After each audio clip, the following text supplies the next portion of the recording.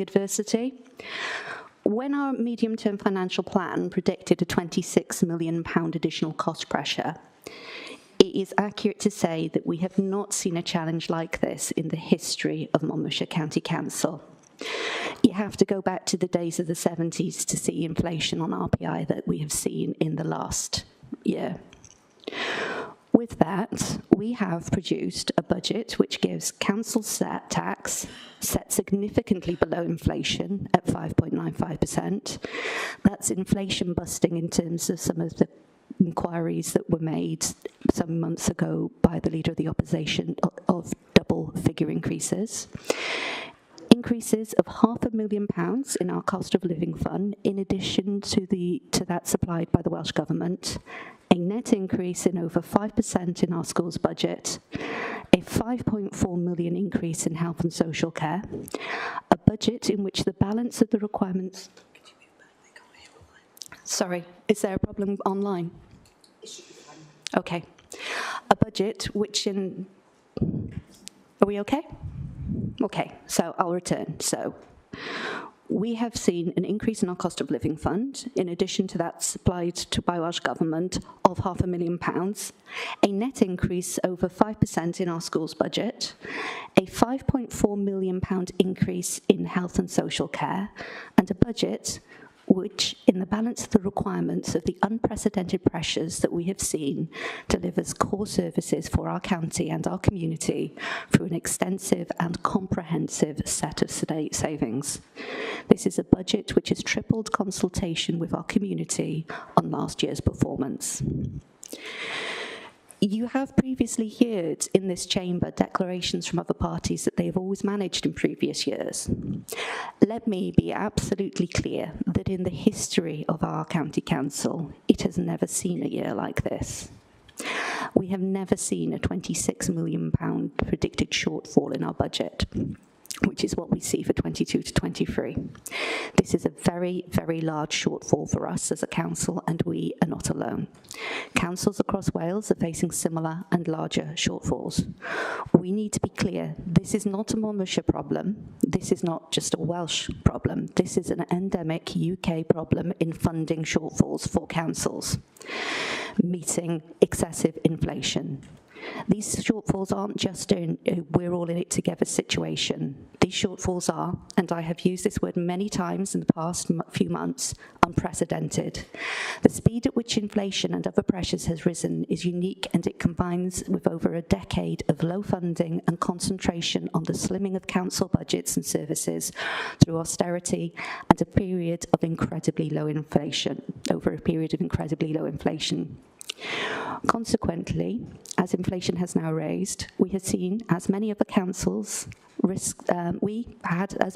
of the councils had risks written into our 2022 budget and our medium-term financial plan, which realised along with additional cost pressures. This is why we revisited and reviewed our mid-term financial plan and identified our shortfall. I can take you through the origins of our cost pressures leading to our cost pressures, and I'm sure you have all read them extensively over the last few months, but let's go through some of the highlights that we have seen over the last year. The global pandemic caused the council to draw on resources and also heavily rely on external support funding through Welsh Government Hardship Fund.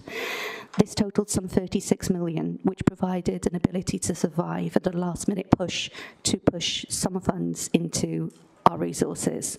This has now ceased, and we have faced a cliff edge. We still need to deal with the after effects of the pandemic. Those include increased care needs. We also see legislation which has quite rightly placed duties on councils to combat homelessness in a more positive way, but it does not enjoy full funding.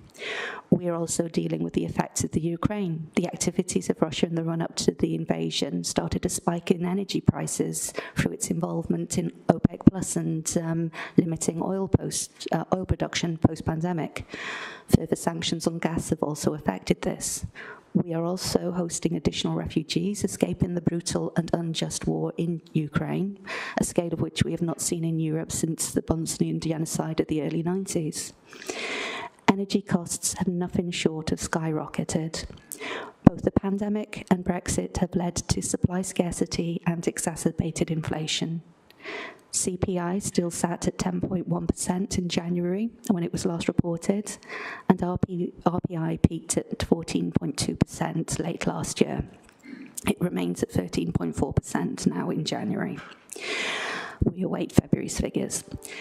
The UK has been at full employment, and the job market makes it increasingly difficult to fill vacancy, whilst market rates are spiking.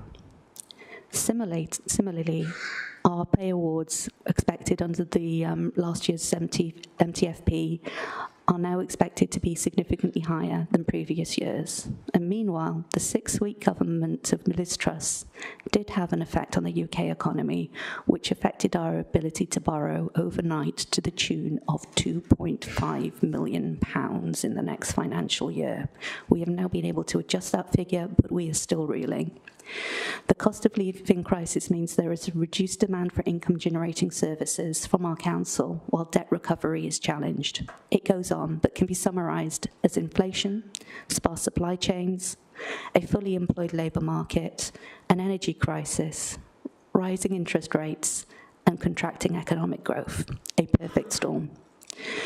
Some councils are able to rely on carefully managed reserves built up over the years.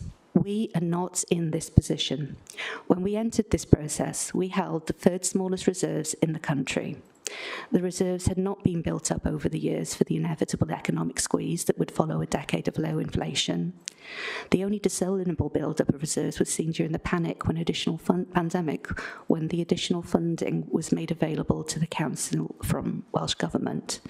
As those funding streams dried up and risk realised, those funds have necessarily been called upon to deal with this year's in-year shortfall, which developed from the previous administration's budget and totalled over £9 million. And remember, when you hear questions on the availability of reserves today, which you should, when you consider our reserves position, the previous administration shepherded this council to this position for 27 years prior to this administration's election. We therefore need to consider the basis on which we are setting our budget, and these include an increased funding settlement from Welsh Government of 9.3%, which is the highest increase in Wales, and we welcome. A well below inflation-busting council tax rise of 5.95%.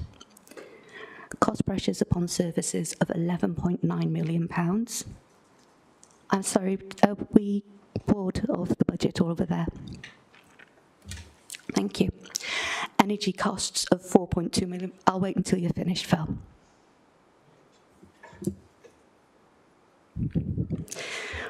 So, I'm sorry, Chair, I do keep getting interrupted here. Doing my job. It's fine. So, we are seeing cost pressures of £11.9 million on our services, energy costs rising to £4.2 million, pay awards of £7 million, treasury costs of £3.2 million, earmarking of around £3 million of reserves to address our pressures, and an increase in unidentified pressures from the original £5 million to £10.4 million for net recurrent pressures. We need to be aware that risk realisation did result this year in a £9 million shortfall in the current budget. Those budget projections also carry risks which, in this volatile environment, are very real risks for 2023. There is capacity for those risks to realise and for this shortfall and for this to occur again next year. However, we are confident that it is not going to manifest itself in such a large shortfall due to the calming of the financial crisis that we see and the steadying that we're seeing in social care and health. We're therefore setting the following in our budget. In children and young people services, where we spend 32% of our budget on the future of our community, we will provide a 5% net increase to individual schools' budgets. In health and social care, where we look after our communities and some of the most vulnerable in our community, we are setting a £3 million increase in children's care, an area which is volatile and requires a high level of funding, and an increase of £2 million in adult social care. In Mon Life, where costs have significantly escalated due to low membership returns post-pandemic and high energy costs associated with leisure centres, we are looking to make over £650,000 of saving. Similarly, we are looking to make savings through the decarbonisation of our council to the tune of £750,000 of savings, whilst restricting our property maintenance and fleet costs during the next year. We will be asking residents to pay fair prices for our service across the board, with increases to reflect the costs of operations on the council. We have spent the last 2 months consulting with our community and our residents. As a result, we have listened to the opinions of those that have entrusted us with the responsibility for oversight of our council and of making further changes to the proposed budgets. We have also continued our process of financial modelling as we approach today, and where we have identified additional savings and needs, we are proposing further additions to our budgets. We have also listened to input from scrutiny, and I would say that scrutiny is the bare minimum on the consultation process. This has been an extended consultation process where every councillor in this room has had the opportunity to discuss at any point with us. And I do thank members, particularly of the Labour Party, that have lent in and done so. We are pleased, therefore, to announce the following changes and additions to our budget. First and foremost, we understand that adult social care is challenging, and that the proposed savings that we originally made in this area were a stretch target in an area that we are not comfortable with. We are therefore making a £1 million reserves call to increase funding in this area by that £1 million. Additionally, there shall be no alteration to the opening hours of our hubs and libraries. This budget shall not mandate early closures in leisure centres as previously specified, and I hope that the Leader of the Opposition is content with this, as it will no longer affect his swimming times. And I most certainly hope that at no time he will find himself swimming in an empty swimming pool as a result. Our proposals to restructuring ALN teams have been overcome and removed from this budget. The increase on home-to-school transport, which was proposed to bring in the service into a cost-neutral position, was a large increase which placed pressure on families who are already feeling the cost of living crisis. We have listened and are therefore removing this increase in order to continue to subsidise this service. Additionally, in light of families, we have reviewed proposals on breakfast clubs and their impacts on larger families, and will maintain costs for second children and any more children per family at £1 per session. So we therefore continue to offer heavily subsidised childcare to our families in order to facilitate working families in our communities. In terms of transport, we are also removing the recommendation to increase subscription for our grassroots service to maintain low-cost travel in our rural areas and enhance connectivity of our county. Additionally, we are placing saving on energy cost predictions back into our school budgets. We have cleared concerns on cafe licences from traders and also have removed the planned increase to those. Savings have been made as we have approached the closer to 2023's new financial year and achieved further granularity in our budget. We have a predicted reduction in energy costs and treasury costs, and we have reviewed our SRS contribution in order to, and have found that we can reduce it. The Welsh Government Radical Reform Grant has also added further funds. These have been also balanced by additional costs in ALN transport, social care and health pressures, and increased foster care rates and increased software licensing costs in the next year. I now need to finally address the consultative process, and I have paid this with a straight bat. I've consulted with other councils, particularly in minority administrations, and it has been indicated by those I have spoke to that it is normal and expected to discuss and confer with all parties in a minority administration. I have held, therefore, open door sessions with our colleagues.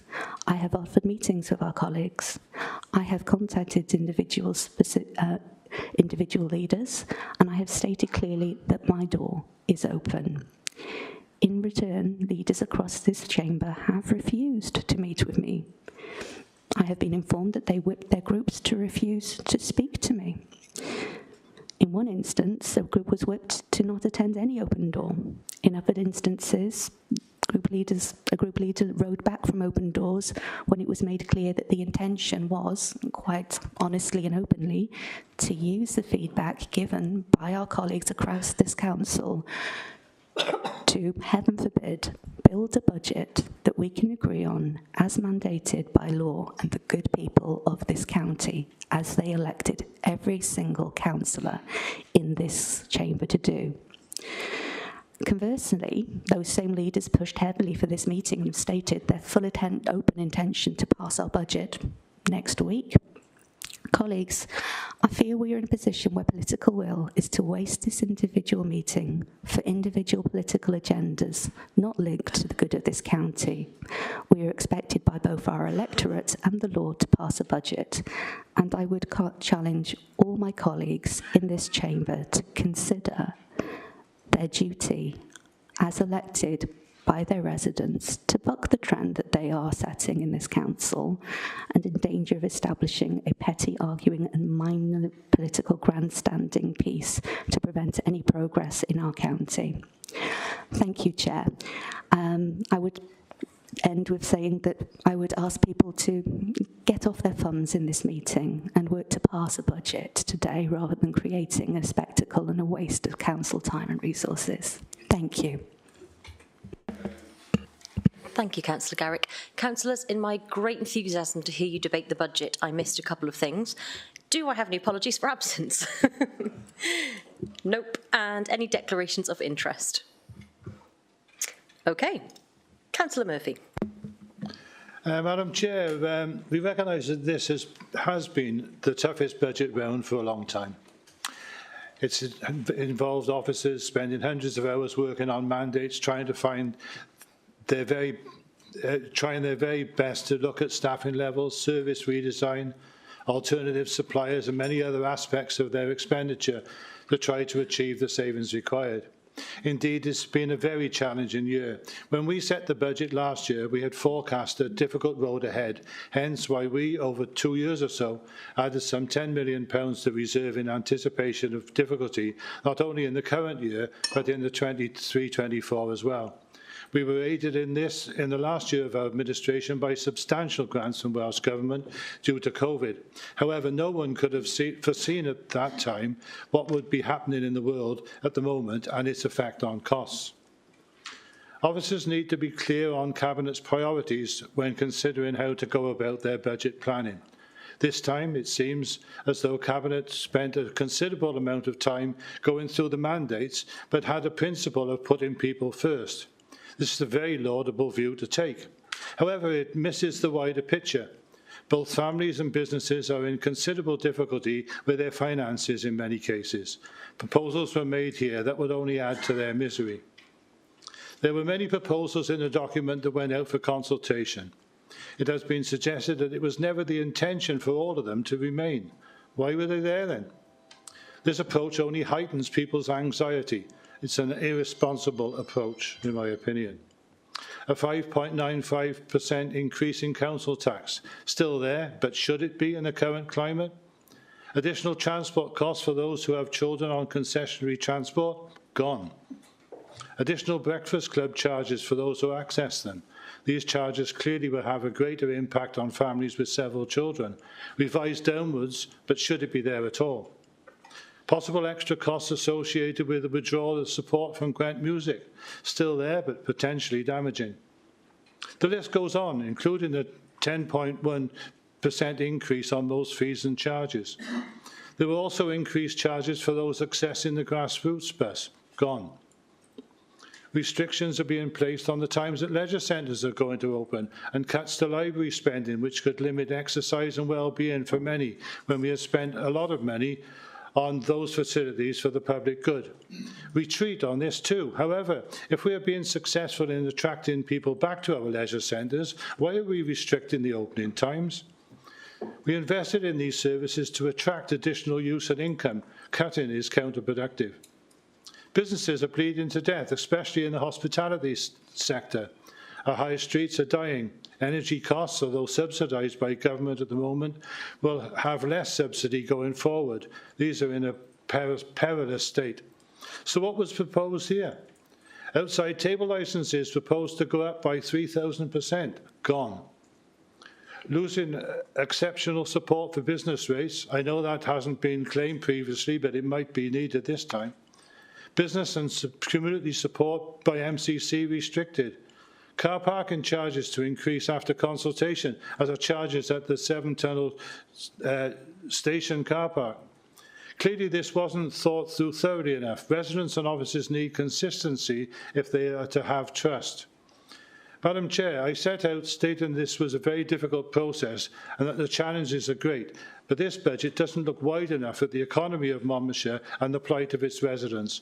Accordingly, I am unable to support it in its current form. Thank you, Councillor Murphy. Councillor Neil. Madam Chair, I'll stand if I may, so I'm not turning my back to colleagues at the back of the chamber. If I do, please don't think I'm being rude. But I'd like to start by thanking the officers and their terrific colleagues for pulling together a budget in such challenging economic times. Thank you for your hard work and your dedication, and we're really lucky to have you. Your work is led and orchestrated by the Cabinet, so you can only do so much as officers. Indeed, when I reflected on how the Cabinet was orchestrating its budget plans, it did turn my thoughts to music, and one or two songs quickly came to mind, such as that one from Oliver, "Got to Pick a Pocket or Two." Listening to the Cabinet member for Resources, of course, suggested the great Benny Goodman track of the 30s, "You Can't Pull the Wool Over My Eyes." Another one came to mind, "Money for Nothing," which seemed very apt looking at the budget plans, as we seem to be heading for dire straits. They're all classics. Listening to some of the presentations and comments by the Cabinet, as they set out their budget plans, thoughts of music turned towards the great national instrument of Scotland, the bagpipes. You may be familiar with the sound of the bagpipes. When they're played competently, it can be the most stirring and glorious of sounds, but in the hands of enthusiastic amateurs, the sound emitted is excruciating. Variously described as like strangling a goose or a fire alarm caught inside a cement mixer, people have indeed spotted the clear difference between a badly played set of bagpipes and an onion, that nobody cries when you chop up badly played bagpipes. Bagpipes, they've got windbags at their centre, and these windbags are full of lots of hot air. Indeed, hot air is blown in time and time again, almost inexhaustibly. But let's consider the sticks that connect to these windbags. They're called the drones. You do find some terribly keen but wildly unskilled players blowing hot air repeatedly into their windbags, but the sound coming through the drones is full of clashing noise, wailing shrieks and mournful sounds, called the skirl. It can even make hardened observers wince, indeed weep. The connection between the Cabinet and enthusiastic amateurs playing the bagpipes is finally resolved. If we recall what was once said about the bagpipes, that once you've heard one bagpipe tune, you've heard them both. There's the connection, as Councillor Murphy has outlined. Having started with one tune, their formal budget plans, they've been forced to change their tune. And small wonder what an excruciating cacophony of wailing shrieks and long mournful sounds it was. Instead of chopping up their own bagpipes to pieces, they've been salami slicing council services and making us all weep. One of the most striking aspects of these budget plans, taken alongside the Cabinet's latest go at a corporate and community plan, is the sheer lack of hope and of fresh thinking, of positive thinking, imagination, new ideas, and of innovation. It all comes across like a painful death by 1,000 cuts. We are a constructive opposition, so we'd like to suggest a few ideas here, which I do on behalf of our group, and we would be delighted if the Cabinet would take these on board. It's really important that we start with the right principles, and one driving principle must be that we do all that we can to protect frontline and community services where they are most needed. As one measure, we propose that the Cabinet look at putting local community services on a sustainable pathway by developing a plan for some community asset transfers. When it's done well, this can secure local services, putting them in the hands of the people who know best how to make them work, our communities. Community asset transfers would be protected by covenants, ensuring that the assets are used for the purpose intended. Our fantastic active communities could grasp opportunities to take over certain assets in these very uncertain times, rather than having them languish in continued jeopardy over the course of the next 3 years. Community asset transfers could be a very positive step, and you'll find many examples elsewhere, including in Caerphilly, Bristol, and Wigan.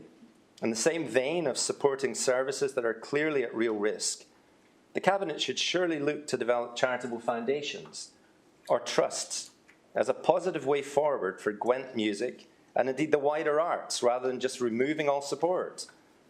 Charitable foundations set up outside the Council will have access to grants that the Council may not, as well as to bequests and other fundraising actions.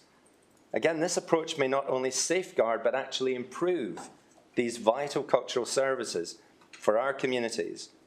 And there are lots of examples of successful charitable trusts, from Leicestershire to Anglesey. In continuing the theme of communities being able to sustain key services that they value most, it would seem a good idea for the Cabinet to encourage community councils to take matters more into their own hands by considering the level of precept they set.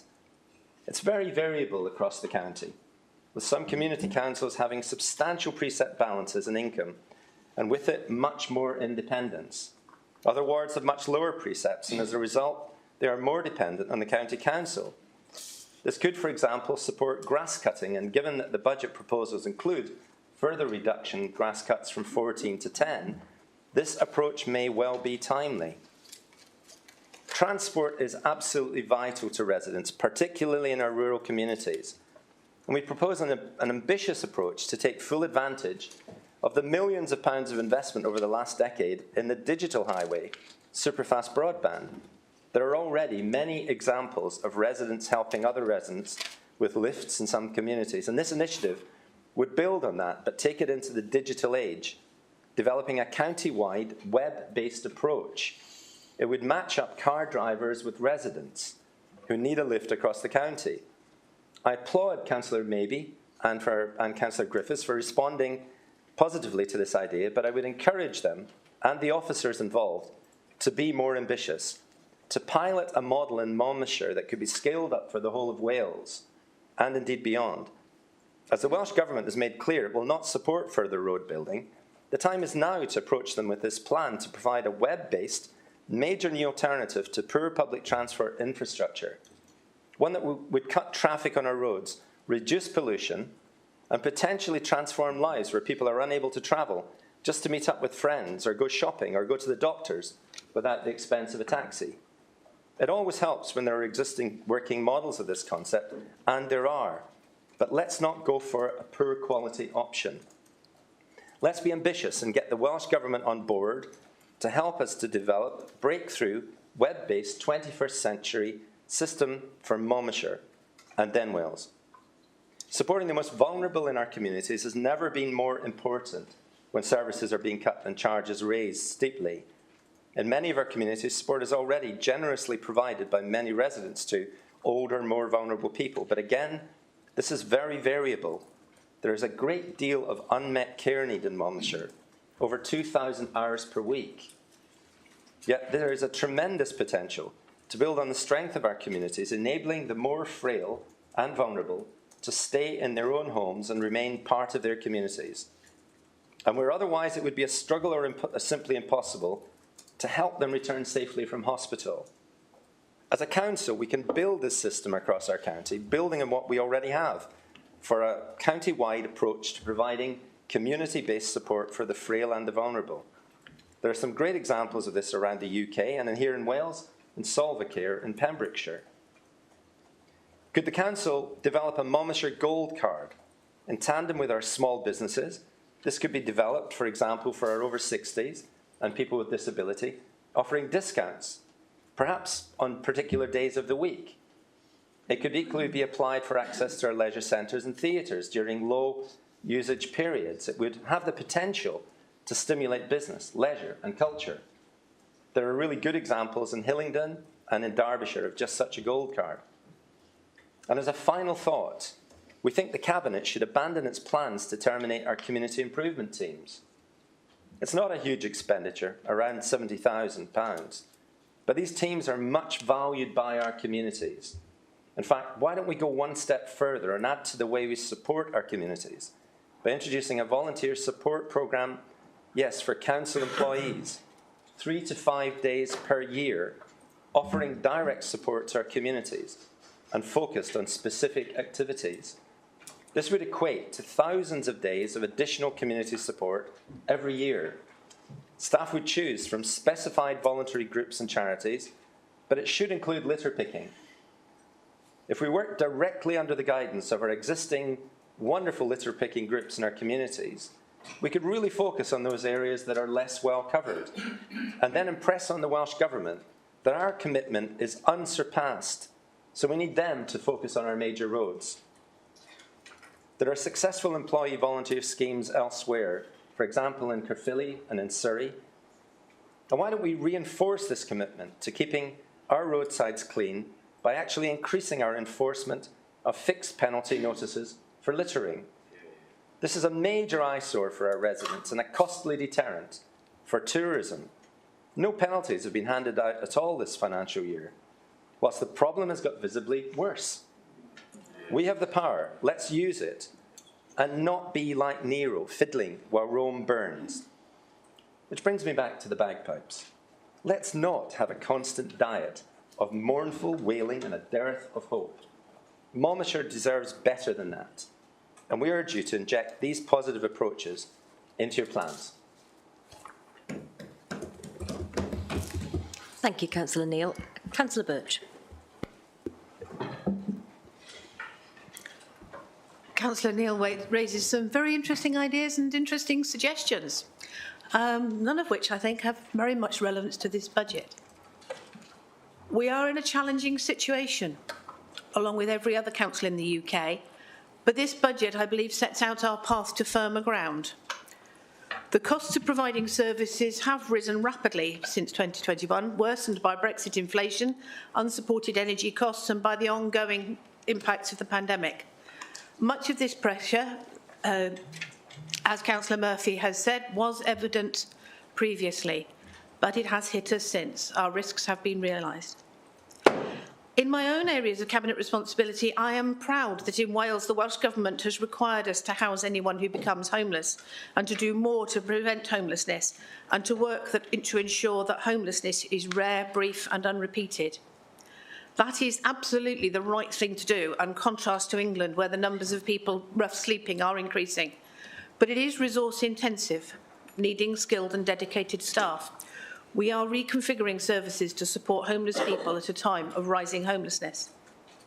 We have a scarcity of affordable housing due to past underinvestment and a broken UK housing market where high asset prices and a failure to upgrade local housing allowance have pushed home ownership or private rent out of reach for residents across Monmouthshire, not least in my own ward where families are clinging on to private lets and mortgage payments by their fingertips as costs rise.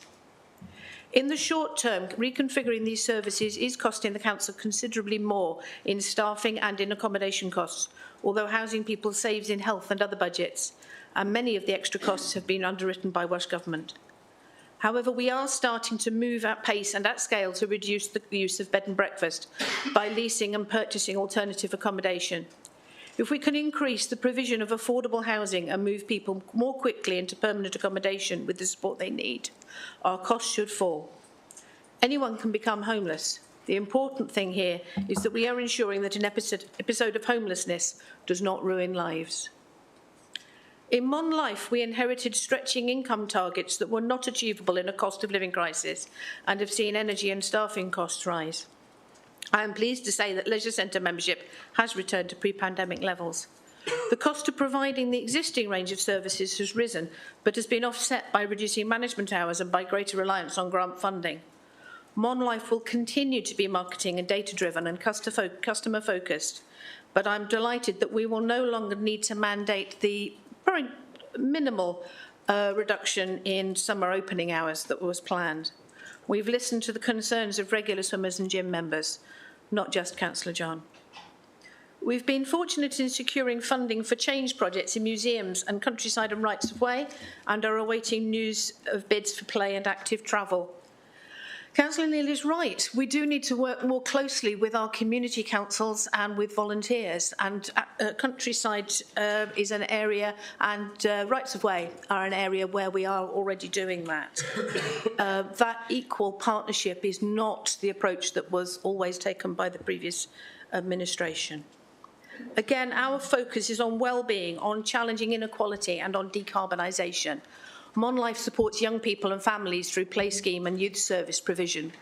We all benefit from its support for community sport and the arts, countryside sites, tourism promotion, active travel, heritage sites and castles, museums, maintaining the Rights of Way network, as well as the 4 leisure centres and the Borough Theatre, the management of which now sits within MonLife and accounts for part of the budget increase.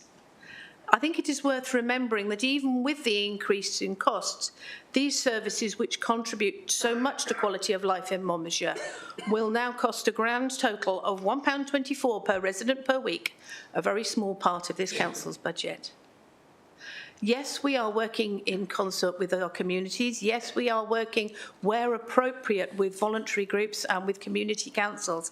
But the public deserve and want public services, quality public services with staff of skill and great calibre to run them. And that is what MonLife will continue to provide. I also expect us to spend their money wisely and to use the council's building assets to the full.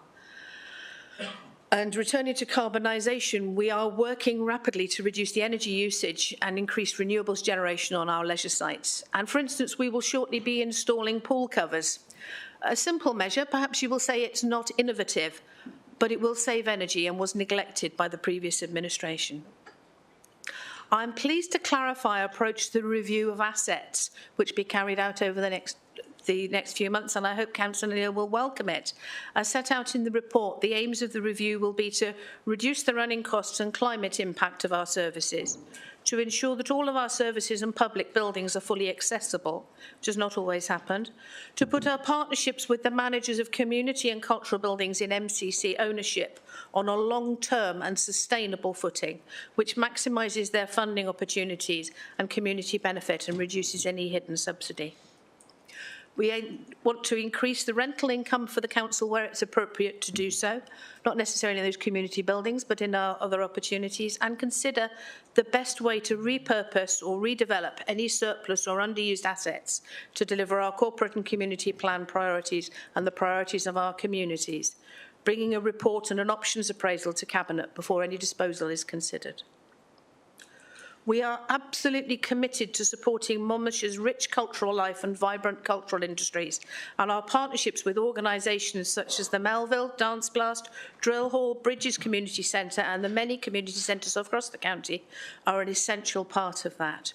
We work with our communities. We provide the framework, very often within which volunteer organisations and community groups are able to flourish and enrich life in Monmouthshire. I look forward to working with them to develop our new cultural strategy and to seeing many exciting events this year.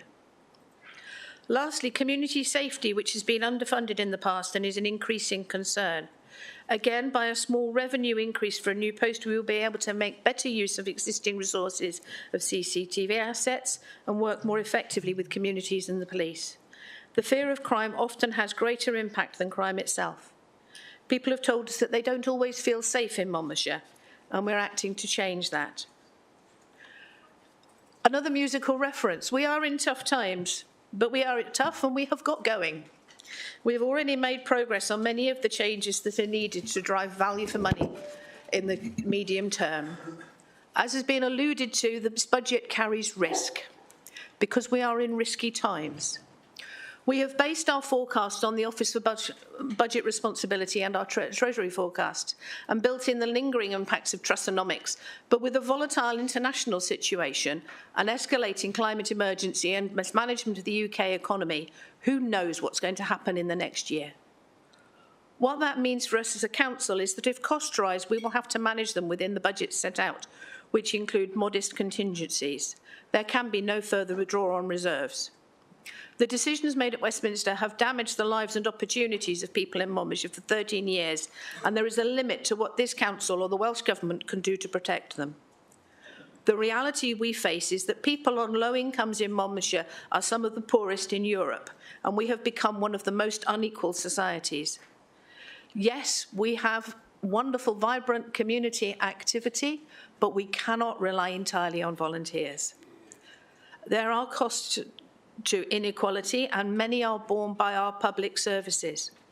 But unlike the Conservative government, which has written off billions on dodgy contracts and fraud, and unlike the previous administration with its empty buildings and questionable investments, we will continue to ensure that every pound spent under our administration gives at least £1's worth value to the residents of Monmouthshire. Thank you. Thank you, Councillor Birch. Councillor Maybe. Thank you, Chair. Decarbonisation and protection of the natural environment are at the core of everything we do, and it remains at the core of this budget. This is something that cuts across absolutely every service, but it also has multiple co-benefits in terms of cost savings, health and efficiency. So it's a win-win, if not a win-win-win. Our budget supports our plans for improved energy efficiency in buildings, fleet and grounds maintenance, with continued improvements in recycling and reuse within our waste management and more sustainable and integrated transport systems.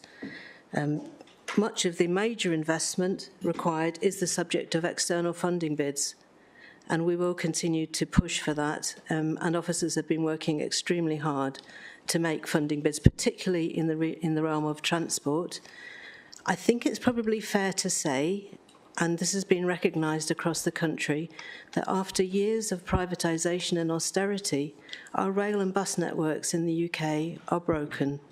The system is a broken one. I think this council has done very well to keep things going in the way that they have. I also passionately believe that action on climate change and long-term important things like transport systems needs continuity, and it needs a very dedicated long-term approach. So I hope that we can continue to work collaboratively on this across the political divide. On transport particularly, we are now facing a bit of a cliff edge because of the economic problems in the country. And for us here in this rural area, where almost all of our public transport systems require subsidy, this is a particularly serious time.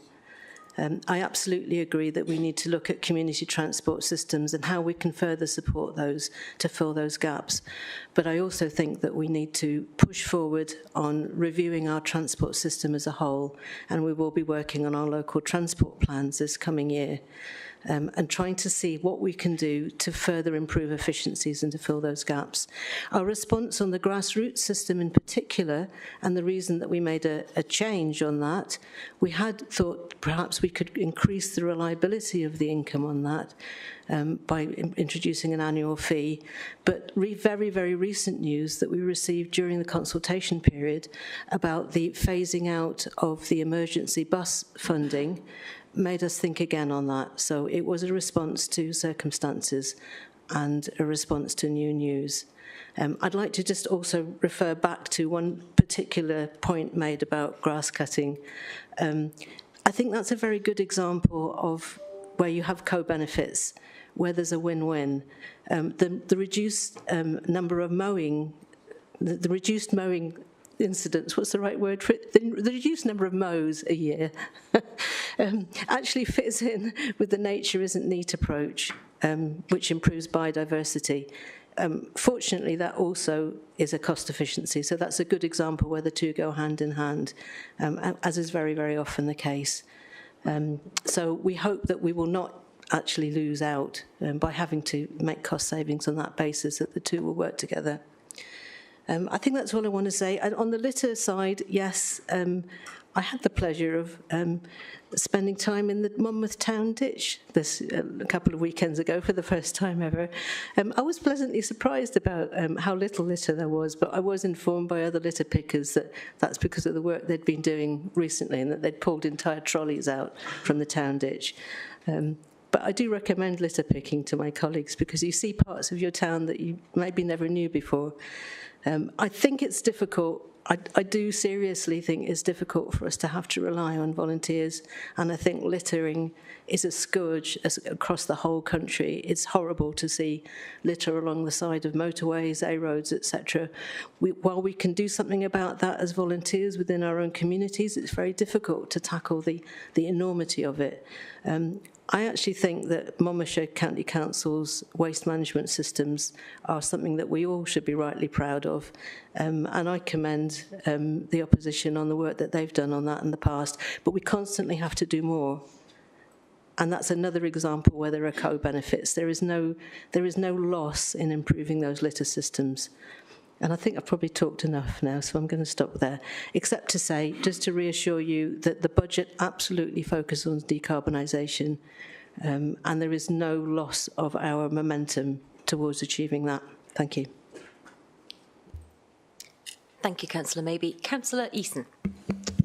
Good morning, all, and I didn't think I was going to start speaking this early, but I sat here for 14 years and watched 14 years of Tory cuts. I watched 14 years of Tory cuts at Westminster, and I think it's a bit rich of the Conservative side today to start kicking the Labour Party for trying to move forward on what I consider to be a positive, progressive, innovative budget, not making cuts for the sake of them.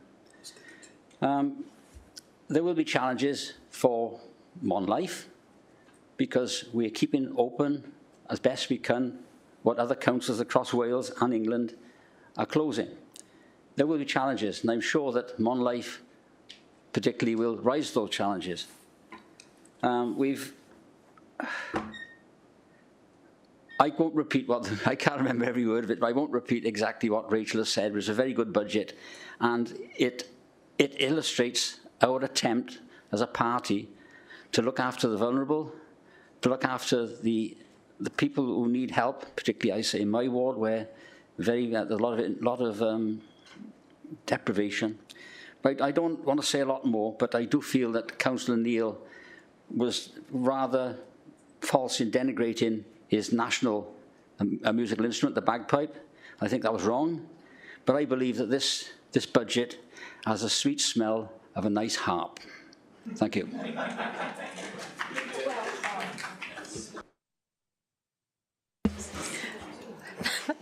Thank you, Councillor Eason. Councillor Grocott. Thank you, Chair. I wanted to comment, I suppose simply because children and young people forms the biggest individual chunk of the pie that makes up the entire budget. And that's something of which I am intensely conscious.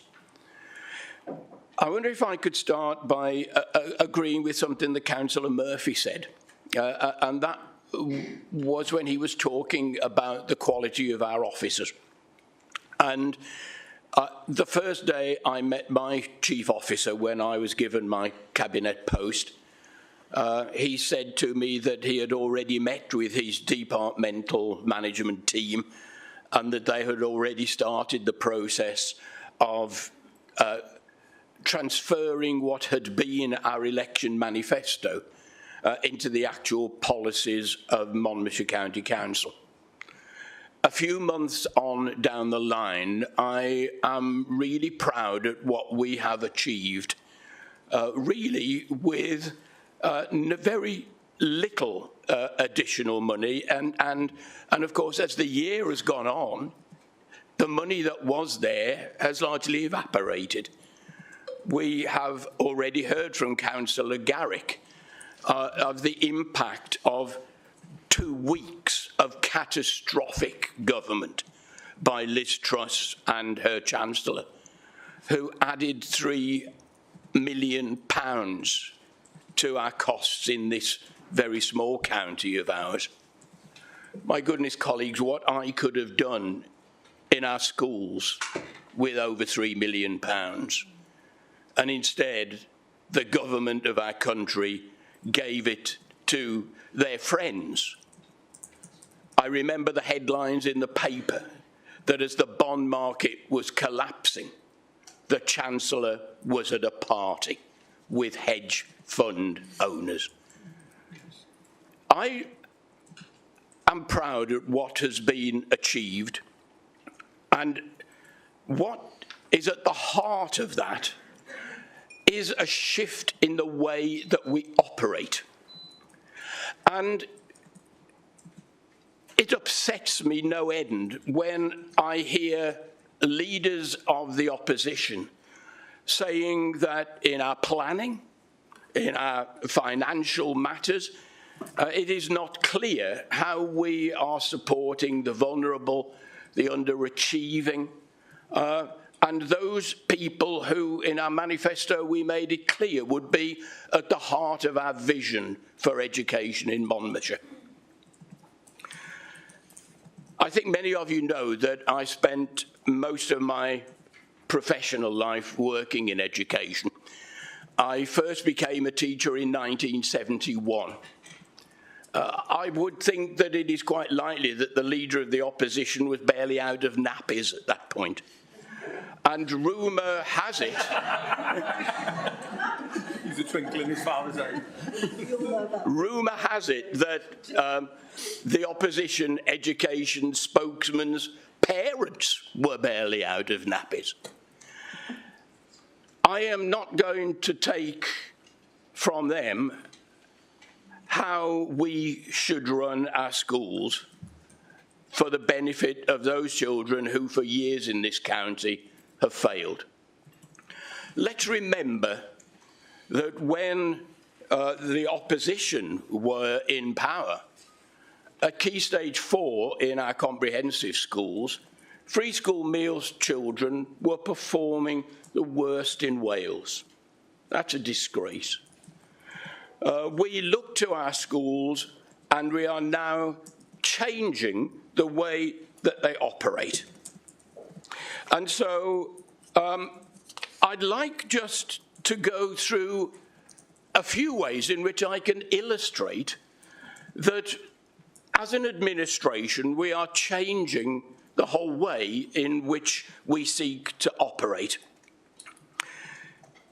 So far from not doing anything for disadvantaged and vulnerable young people, let's start off by looking at the role of the Education Psychology Service.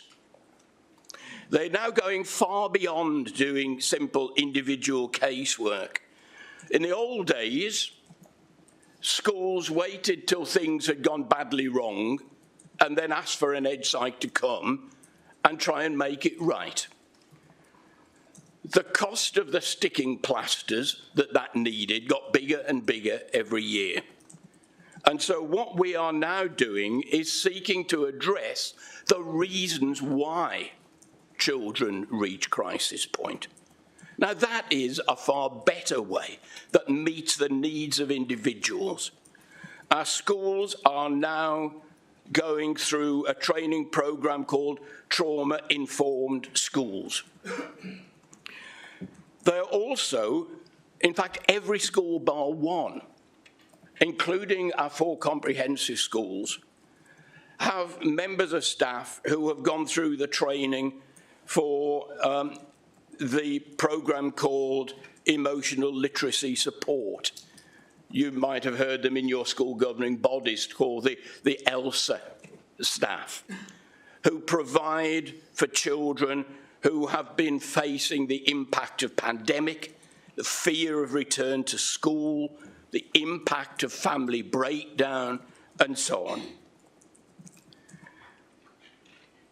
Let's look at perhaps the biggest achievement in terms of supporting vulnerable children in our schools that we have achieved in our few months in office. I'd like you to look at the Inclusion Service. A brand new post, Head of Inclusion, has been created, and the service is making tremendous headway. It is providing this administration the opportunity to seek to ensure that every child is meeting their potential. It diminishing the terrible impact of poverty and vulnerability which has held back too many of our children. The service is bringing together the work of the Education Psychology Service, the Pupil Referral Service, ALN services, and a new post that we have created, where we are waiting for the post holder to arrive, and we are tremendously excited. And that will be a vulnerable learners lead. And so we will be able to focus more on the needs of looked after children, the children at risk of exclusion or already excluded. And then when you add to this things like healthy schools, supporting emotional and mental well-being, we're driving through a child-centred approach that's exciting and innovative.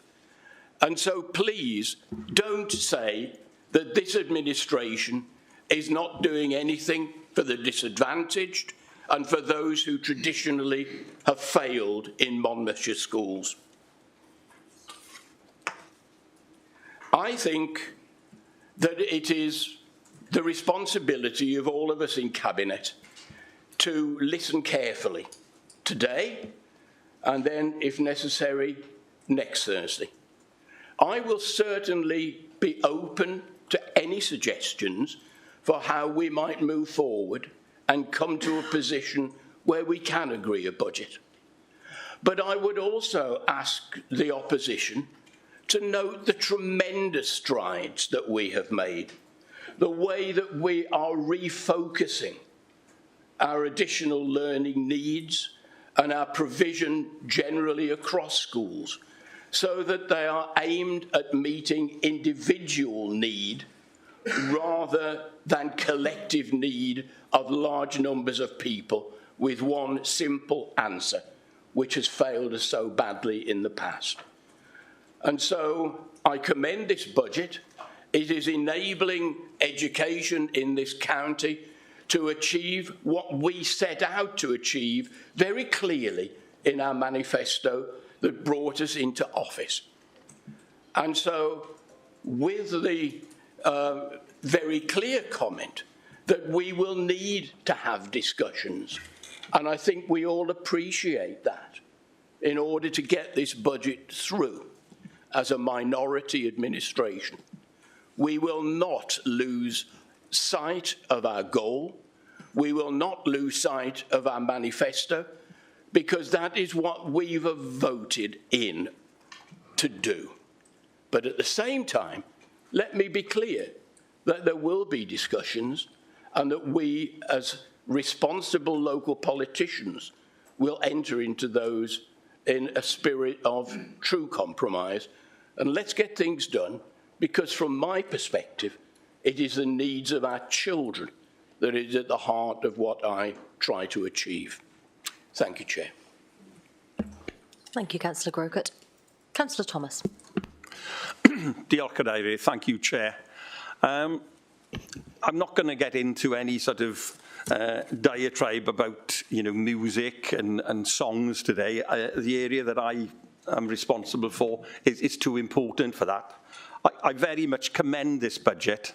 As we've already heard, it's been difficult to set in very challenging times, and for not just for Monmouthshire, but for local authorities right across Wales and indeed England. Probably in England, some are in a worse position than we are.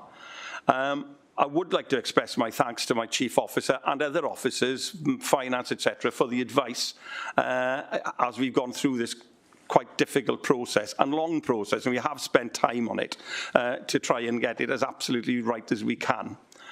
I just want to pick up on a few points in my area. It is obviously a very challenging one. It's a very high budget area, something like in the coming year, it's going to be probably nearly 58 million. But it obviously supports the most vulnerable in society, and whether that is children who are looked after or adults who need care and support. And in reality, probably as with education, but certainly my portfolio will cover or affect every person sitting in this room, and it probably has affected people sitting in this room at some point or another. So it is a very crucial part, I think the most crucial part of the work of this authority and this council. I'd remind people as well that every single person, every elected member sitting here today is a corporate parent and has a responsibility for children who are looked after by the authority, not just myself or corporate parenting committee, the whole lot of us. Certainly in terms of my perspective and the perspective of the Cabinet, the budget runs very much in tandem with the corporate plan. The corporate plan aspires to very high quality social care, and where the emphasis remains very much so, and we will build on this, on prevention and supporting people who live well, to live well as independently as possible in their homes and in their communities, because that is where people are happiest and where they can enjoy life. It's not just about caring for people in a way that we think they should be cared for. If you look back to the 1950s, where people were pushed into homes, etc., they were totally unhappy. Yes, they were cared for, but they were very unhappy and they were isolated from their families. And I certainly don't want to go back to a system like that.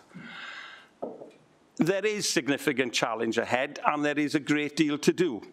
And to quote a well-known Welsh phrase, which I will translate, you know, dyfal donc y torra garreg. It's the drip, drip of water on the millstone that eventually breaks it. You're not going to do it in 5 minutes, and you're not going to do it in 5 months. It needs to be a concerted effort. And there is certainly a correlation between the corporate plan and the work contained within the numerous mandates that I've almost had nightmares about when I've tried to sleep. In terms of the budget, I'm not going to go into great detail, but certainly the overall social services budget is going up. It is positive. It's going up by £5,233,000, and that will obviously be spread across the different divisions. I certainly don't want to go into big detail about that. But on the other hand, we must become more efficient and more proactive. And I'll take it in two sort of chunks. Just look at children's services quickly and then adults. But certainly in terms of children's services, the main sort of implications, we have already started reviewing children's placements at a case-by-case level. And when you're dealing with very vulnerable children, that is what you have to do.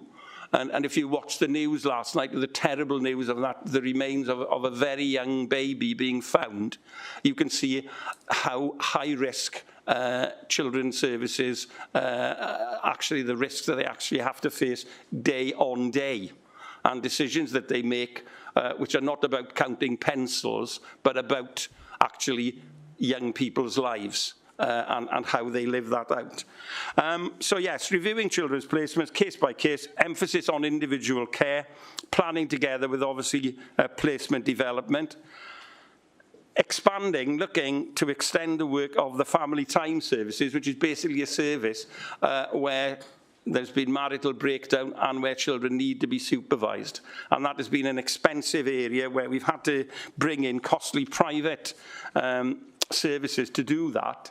And we've certainly now moving away from that and bringing that into an in-house family supervision system, which will support high risk cases and obviously will reduce high risk, and that is crucially important.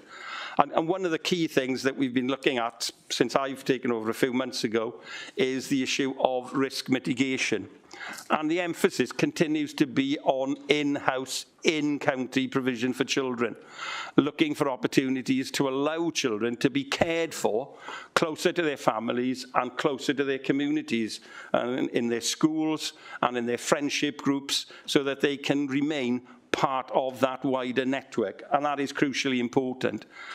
Generating more placements through ongoing work to attract and retain foster carers, and the development of our own provision in partnership with not-for-profit organisations where possible, and obviously as well in partnership with other local authorities within Gwent.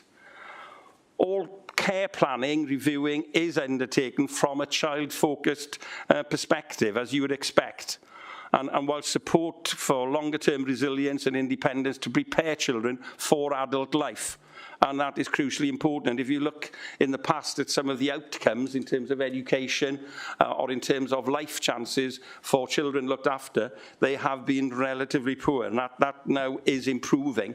And with many children who've been looked after, they are now moving on into higher education, and that is a huge bonus, I think. The key issue is obviously about less risk to children and to more about realistic deliverability given the current overspend position within children's services. It is a hugely volatile portfolio to manage. It is not something that one can predict. And somebody once said to me, well, you know, your budget should not be demand-led. That is an impossibility. If a child comes into care now or at 10 o'clock tonight, they have to be looked after. You cannot renege on that responsibility. It is a statutory obligation, but also it's a moral obligation to look after a vulnerable child. However, costs are high, and we have some very high placement costs in place. But for every child now in a high-cost placement, there's a move-on plan in place, but it is at the child's own pace. It's as they develop, and it is to the benefit of the child. But obviously, if a child does not need to be in a very high-cost, highly supervised context, then obviously they do need to move on, as much for them as for the budget. We will be maximising the use of Welsh Government grants to support service development, and in the future we'll face the challenge of the Eliminate agenda, which basically is that Welsh Government will not allow local authorities to use private providers for childcare within Wales. But that will be supported by Welsh Government as we change from private providers. We are focusing on recruitment of permanent social workers into key posts and have restructured to release some leadership capacity. As we all know, in all jobs and professions, it's very difficult to recruit at the moment. Gloucestershire, for example, is giving something like a £4,000 or £5,000 golden handshake to social workers. But at the same time, if we don't have enough social workers, then we have to buy in costly, as it were, cover social workers to do their work. Control mechanisms have been strengthened for practice decision-making linked to spend, and obviously the two have to work in tandem. To be absolutely clear, we haven't taken any money out of family support services, preventions and early help, as the emphasis remains on avoiding the need for children coming into care. That is a hugely traumatic event for any child, as we can all imagine. In terms of the number of children looked after, it's beginning to stabilise with a slow reduction over the last 2 years, and probably likely a further slight reduction this year at the year end, currently running at 204. And this includes 9 children who are unaccompanied asylum seeker children. Last year end, it was something like 208, including 3 unaccompanied asylum seeker children. Local Monmouthshire-based fostering recruitment campaigns went off in November 2022, and we've got another campaign which actually started yesterday on Dydd Gŵyl Dewi, on St David's Day, and those have resulted in 35 inquiries to date, with 7 carers entering the assessment process and 3 more at the pre-assessment stage. And as I said, we've already started the spring campaign. My sort of view is that as far as possible, as with schools, children born or being cared for within who are in Monmouthshire, as much as possible, need to be cared for by foster carers in Monmouthshire. Placements with independent foster agencies have now dropped from 19 children in 21-22 to 4 children who were placed in independent foster agencies so far in 2022-23. We obviously still have, unfortunately, some children who are with independent foster agency parents, but that I hope will diminish. And certainly, Task and Finish group that we set up has brought great dividends in localising the recruitment of foster carers in our county. I won't go through very detailed plans, but we do face significant challenges every day, or at least the Children's Services Department and the head of Social Services does on a daily basis. Councillor Thomas? Just wrap it up. Right, okay. Certainly in terms of adult, we've moved there. Again, it's about risk mitigation. The challenge is significant, and there's a huge amount to do.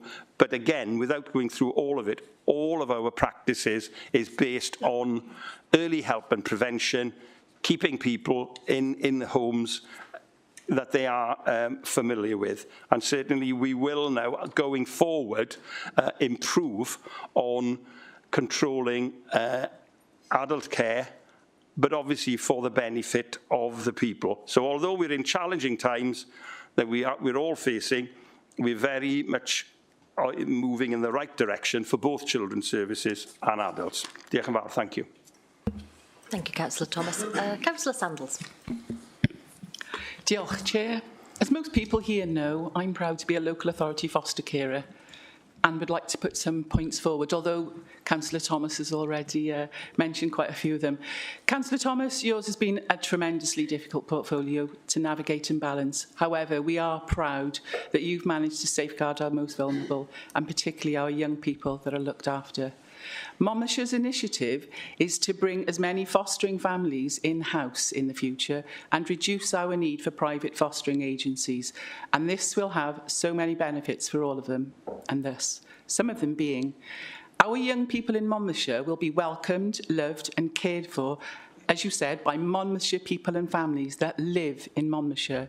In addition, they will have the benefit of a highly experienced Monmouthshire social care team who will ensure that the young people reach their potential and access all the support available to them. We will no longer be pouring taxpayers' money into private companies' hedge funds and offshore accounts. Some people may well think that fostering agencies are in this business because they want to care for children. It is not true. They have shareholders to account to. They need to generate profits to these shareholders. They do this by charging local authorities huge fees. Having young people placed with private agencies costs far, far more to us than if they were placed in-house. This takes away a huge part of our resources, which, as you can see from today's presentation from Councillor Garrick, could be far better used elsewhere. By bringing our children looked after to be loved and cared for by Monmouthshire County Council foster carers will ensure that there will be more money in our coffers in the years to come. And finally, Monmouthshire's drive to bring in more foster carers continues to have a superb impact. We have social workers and social care staff actually standing in our libraries and hubs, speaking to people who are interested in fostering, and it's reaping reward. As Councillor Thomas has said, we've had far more inquiries from our Monmouthshire residents than we've ever had in this authority before. And this is due in no small part to the excellent social media campaign that's been ongoing since November. We hope all members here will continue to keep on sharing the posts and talking to everybody about this excellent campaign. Monmouthshire is leading the way. And I'd like to finish by saying to Councillor Neil that this is certainly one of the ways in which we are innovative in Monmouthshire. Diolch. Thank you, Councillor Sandals. Councillor Crook. Yeah, thank you, Chair. I just wanted to say something about social care and education, really. It's been good to see the progress that has been made over a relatively short period of being in administration. People's feedback with these areas of operations are encouraging. Seeing our contingency plans are working, especially with the increase in their budget. together with the new staff members coming on board and Stream, and offering and controlling these services going forward. Certainly, as far as Martin is concerned, with your department and Tudor, it's a credit to both you and your officers, and their efforts are commendable. Thank you, Chair. Thank you, Councillor Crook. Any more contributions? Councillor John. Thank you very much. Good morning, everyone. Really grateful for the opportunity to contribute to this important debate on behalf of my group. I'd like to start with a quote. One of the reasons the Council has been able to operate so effectively, and noted in Wales to operate so effectively, is because of its innovation, and the innovation that's come out of years of austerity and adaptation. We do our best in moments of crisis when we pivot, we look forward and see how we need to be creative and innovative. They're not my words reflecting on the success of the previous administration, but the leaders' words, laying down the challenge for this budget to match the innovation, service reform and new ideas of recent years. I think there are some ways in which this budget builds on the progress made by our Conservative team in previous years. I'm delighted that Abergavenny's Borough Theatre has opened following a fantastic refurbishment led for the most part by Councillor Lisa Dimmock. I'm pleased that the new administration has continued this work, and while you actively considered mothballing the site, I'm grateful you opted not to. While you considered closing the recycling centre between Mitchell, Troy and Monmouth, I'm pleased you decided to ditch that idea. You've reluctantly retained our investment portfolio assets, which have brought in millions of pounds in additional revenue since their purchase.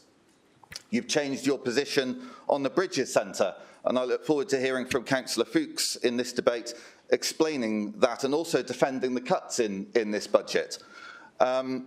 We applaud the additional investment in tackling homelessness, and we welcome the administration's decision to honour our commitment to pay all our staff at least the real living wage.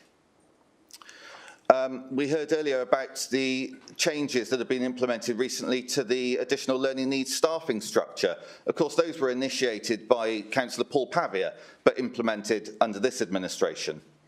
We've acted as a constructive opposition, supporting the new King Henry School, proposing action on river pollution, and also championing climate change, and look forward to continuing to work across party in those areas. My colleague, Councillor Neil, has questioned where the innovation is in this budget and set out some of the alternative proposals that we would consider to protect frontline services, including maintaining investment in our community improvement team, a more rigorous approach to protecting our natural environment, and considering community asset transfers. Not the sort of Tudor Thomas style asset transfer where you basically flog services and assets that vulnerable residents rely on without any scrutiny or consultation, other than that much cited conversation you had with the leader. The Cabinet have been spinning yarns in the press about opposition leaders not taking up offers to meet. We've been very clear in Cabinet, in scrutiny committees, privately and also in the local media about our concerns about this budget. But let's be clear, it is your budget and it is for us to hold you to account. And if the Cabinet can't handle the responsibility of that, they should stand aside. The Cabinet was proud of its draft budget when it announced it in January, but since then you've been trying your best to disown it. Your draft budget exposed a lack of support for children and young people. It exposed your inability to innovate, a failure to protect frontline services, as well as your anti-business credentials. Of course, you now deny that you ever planned a 3,000% increase in cafe pavement licences, which was a key plank of your draft budget. At a time where Wales has virtually the highest high street vacancy rates in the UK, Labour councillors proposed stinging small independent businesses for hundreds of pounds. After the public outrage, Councillor Griffiths said in the Abergavenny Chronicle last week that we're listening and it might be dropped. But 2 paragraphs later, he was overruled by the leader who said you were never going to do it in the first place. And of course, it was all to save £6,000. Yet earlier on in the year, you were quite happy to spend £4,000 on videos that were specially commissioned to tell residents about your hobbies. They didn't exactly go viral. Even now, Tudor Thomas's video has only been watched about 70 times, and I suspect 69 of those might have been him. In the previous administration, when we were refurbishing and modernising our leisure centres, we warned of the threat of a future Labour administration looking at the bottom line in isolation and cutting leisure services instead of taking a more innovative approach. Continuing to modernise our leisure centres and introduce new revenue streams would make these sites far more sustainable and reduce the burden on the NHS and social care through improved mental and physical well-being. So it was galling to see your proposals to cut opening times for those well-used services. And I really resent that snooty elitist attitude towards residents who use council-run leisure centres.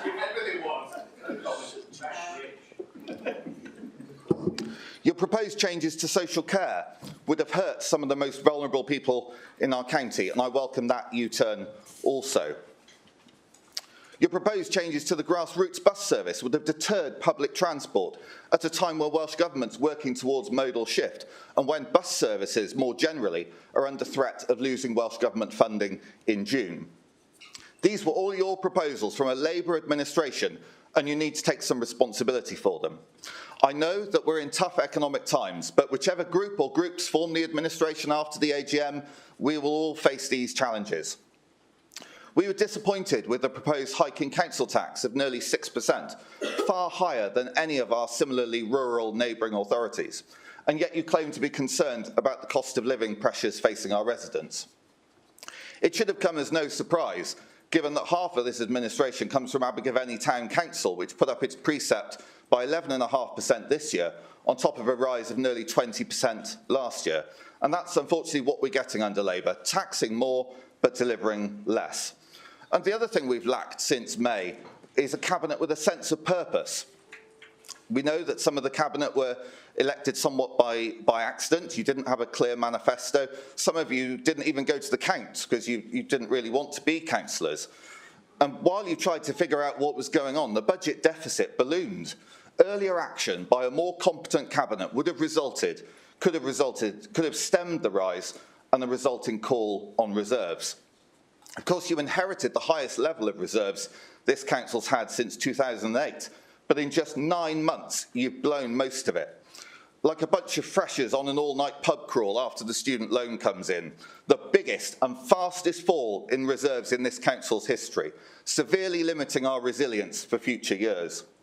But my biggest concern about this budget is the way that even now it disproportionately targets children and young people, impeding their life chances.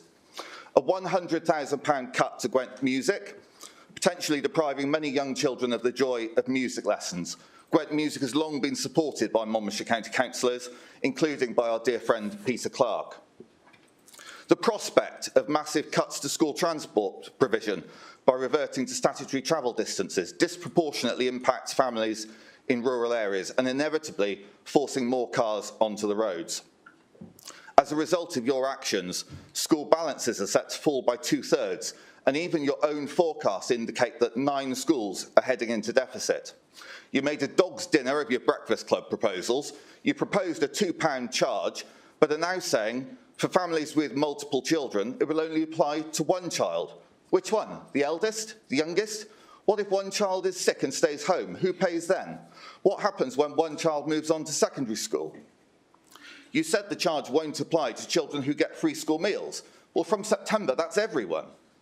This was policy on the hoof, when you should have just dropped the idea altogether. When we introduced a £1 charge, your then group leader, and his comments were lapped up by the members for Lansdowne and Park, saying that it was unfair, it was regressive, and promised that only Labour will stop the Tories taking food out of children's mouths. The hypocrisy then in your first budget to not only not repeal the charge as you'd promised, but to double it, charging a family of 3 children over £1,000 a year for childcare.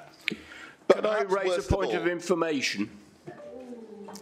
I wonder if the Leader of the Opposition could tell us how much... Councillor Grocott? Apparently no.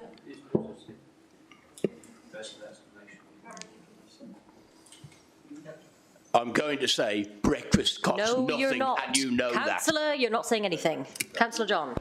But perhaps worst of all are the proposals to cut the education psychology service. We all know the impact that the pandemic has had on children's mental and general well-being, from being kept out of school, split up from their peers, and in some cases unable to play outside. This service provides vital intervention to support vulnerable children with experienced professionals, but this budget proposes to cut staffing by a sixth to save £81,000. If we're not here as councillors to stand up for vulnerable children, who are we here for? So I would say to Labour backbenchers, I don't feel your cabinet is in touch with the residents of Monmouthshire. I don't think they're in touch with this council or even the rest of your group. I know that you would not want to penalise the most vulnerable children in our county by taking away their breakfast clubs, cutting the educational psychology service. This budget is more important than party politics. You don't need to vote against your group, but you can abstain. It gives us the chance to refine this budget and to remove proposals that will be harmful to children in your wards. Hard-pressed families who can't afford to pay more for childcare, and children struggling with their mental health following the pandemic. So I urge Labour backbenchers to abstain on this budget and everyone else to vote against. Thank you very much. Thank you, Councillor John. Councillor Watts, I gather you're having... I'm having IT issues, so thank you. It's a kind of bizarre irony that he mentions that not turning up to the count. I mean, most of my colleagues all turned up to the count. They were the winners. You weren't. I remember the interview you did outside. I went out for a little break, just to get rid of the whole kind of excitement of it in my head. And you were there like some kind of... You were shell-shocked that you'd lost the election, like some responsible adult had taken away your favourite toy. But my question is about council tax collection. Can the cabinet member, and I do this traditionally, I normally offer the question to Phil, what is our current council tax collection rate, and are we in sight of any improvement on that rate compared to other local authorities? That's to the cabinet member. I'm fine. Councillor Powell, sorry. Councillor Powell, are you saying that he was not in the right order of speaking? So Councillor Watts indicated to me kind of, in person that he wanted to speak just before Councillor John started speaking. So even though he doesn't appear in the list, that was the order I kind of spotted him in. That was by explanation, Maureen. Okay. If you paid attention, I can't get online.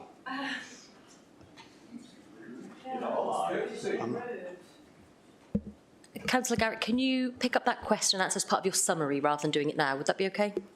It would be a very quick response if you wanted it. In your summary, preferably, please. Sure.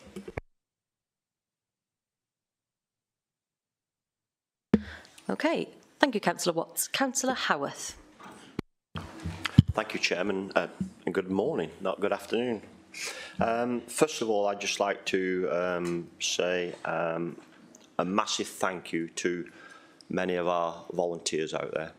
Without them, this county wouldn't be what it is, and there are thousands out there, and we do rely on them, and we must rely on them, and I'd like to bring more volunteers into the organisation and work with that, because that's so important to deliver most of the things we're talking about today. A couple of things I just want to touch on with the budget. Number one is I'm really, really disappointed in some of the papers there. Why the heck have we put Tudor Street in the capital programme to sell it? I was given certain assurances and guaranteed assurances that Tudor Street was not on the assets for sale. It's there, black and white, public knowledge, Tudor Street is earmarked for sale. That's very poor, and I'm really disappointed in the Cabinet and the Cabinet member for making that paper public domain. It's embarrassing and embarrassing for them as well. I'm very sorry to say that, Council, but it's there.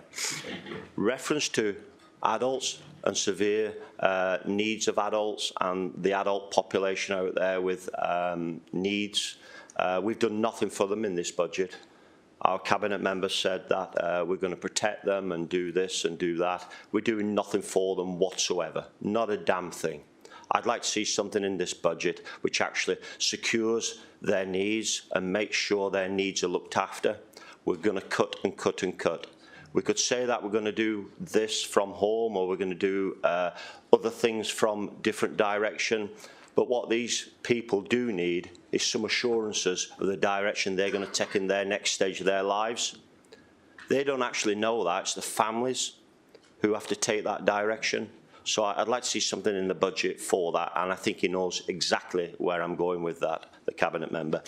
I'd like to go to highways as well. I think it was mentioned by the opposition here that our county roads, they're in pretty poor state. The manifesto of the Labour group is to make them roads in a good state. I will give them more time on this, but the way we repair our roads at the moment, the budget we have, I think it's possibly £500,000 in capital to repair roads, i.e. capital. That means we will put new tarmac down on that road. That will do absolutely nothing to answer the repairs that we need to put in. The repairs that we're spending out of revenue, well, what an absolute waste of money. Let me tell you now, you see the state of our roads, you see the state of repairs that we're carrying out to our roads. We're supposed to be investing money in our roads to make our roads safe. As many of you know, I'm a cyclist out there and I ride our roads regular, probably 4 or 5 times a week. They're an absolutely appalling state. They're dangerous. We're having that many accidents on them now. We need to get hold of this as cabinet member, and we need to sort this out. The budget that you're putting in revenue to repair our roads is being wasted. We're spending time after time in repairing the same potholes. That cannot continue. The state of our roads, our countryside, it's been said, yes, we're ticking the box on the on meeting our carbon emissions and meeting all the regulations on making sure our bees have a healthy life and all these things. But the state of our countryside is not good. It actually appalls me to see it. The litter is absolutely horrendous. Without our volunteers, can you imagine what our county would be like? The main trunk roads, and I believe we get paid for collecting rubbish on our trunk roads. Tell me whether I'm wrong, but we have a duty to do that, and I think the Welsh Government or Sutra pay us. I cannot believe the state of them. It's week after week after week. I say, volunteers, I take my hat off to you, and publicly we should acknowledge them, and I think we should actually probably pat them on the back and give them some awards. Without them, we will be lost. I'm sorry, but I think we need a serious look at the capital side of our budget, and we need to refine that, and I think we need to make sure that we're putting our resources from capital into where it should go. I'm going to say no more because I know other members want to speak, but I will not endorse this budget yet. I think there's still more work to be done on it, and I look forward to them conversations over the next 7 days. Thank you. Thank you, Councillor Howarth. Councillor Callard. Thank you, Chair. I'll start by saying it's great to start hearing some ideas from some of the other groups on this council about how the shape they'd like to see this budget take. I do think it's a real shame that they've come now. We've been going through this consultation period for a long time, and you know, I don't think it's a very good look when we call on our officers to give their time to allow us to host this council when these ideas could have been put before this meeting. It's expensive and it's a waste of our taxpayers' money, and just so we can do a little bit of political grandstanding to say how you disagree, no amendments were put forward before this council sat. If you really wanted change in this budget, put amendments forward. You can't come here and claim that you really want change when you did not put those proposals forward. I notice Councillor John, his main speech seemed to be that there was some stuff in the budget which was distasteful, and you know, I'd like to also say that nobody on this council wants to reduce the services this council provides.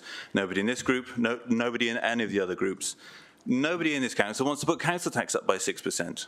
It is our duty as a council to present a balanced budget, and we need to work together to achieve that goal.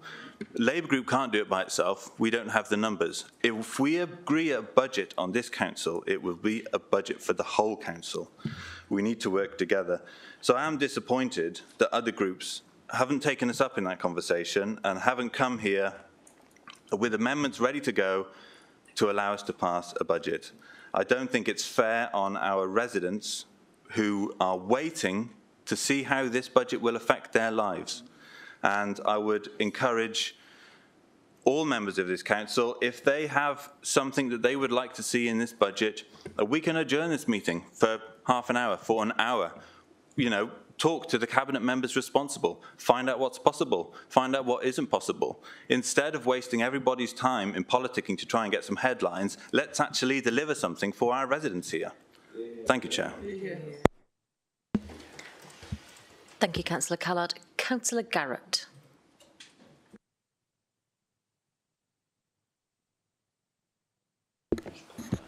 Sorry, just some technical issues there. From what we heard from the opposition, I thought Labour had controlled the council for a generation and not 10 months.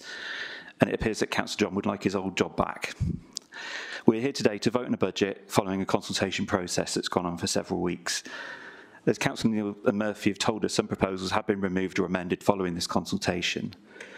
I'd like to thank Councillor Garrick and the officers who gave up their evenings to run the consultations across the county in January and February. I attended the meeting in Monmouth. Attendance was disappointing for the members of the public, but they provided a full explanation of the budget and people were able to contribute to that. As we've heard from other members, we've gone through an unprecedented year globally with the pandemic, the end of the pandemic, civil society beginning to function again. We've had 13 years of austerity by the Conservative Party. We've got the war in Ukraine, the global and domestic energy crisis, economic problems caused by Brexit, which the Westminster government is only starting to address with the Northern Ireland Protocol. The disastrous premiership of Liz Truss and her Chancellor have left us all paying the cost of higher interest rates, mortgages and rents for years to come. So the cost of living crisis, it's not from this council, it's from wider thing. People living in our county are paying more in rent because the landowners are having to pay more in interest. We're all having to pay more in interest rates. That's costing the council money as well, just to get the facts straight. Thank you. So we're going through an unprecedented process of squeeze on household finances. The Westminster government could have wiped out the deficit we face today by getting the money back from a prominent baroness in the House of Lords, the money that her family took from COVID contracts. If the budget is not passed today, we'll be here next Thursday afternoon to go through this process again. Officers and cabinet members face a further week of additional work, not being able to focus on delivering services our residents rely on. I'd urge our independent members to consider the impact of any delay before voting on this budget. Last year, the people of Monmouth voted for change. That's why we're here, the 22 Labour councillors now. We're here to try and deliver for Monmouthshire and our residents. That's what all of us are here for. That's what we're all elected on. So let's try and get this budget through, and I commend it to the members today. Thank you, Councillor Callard.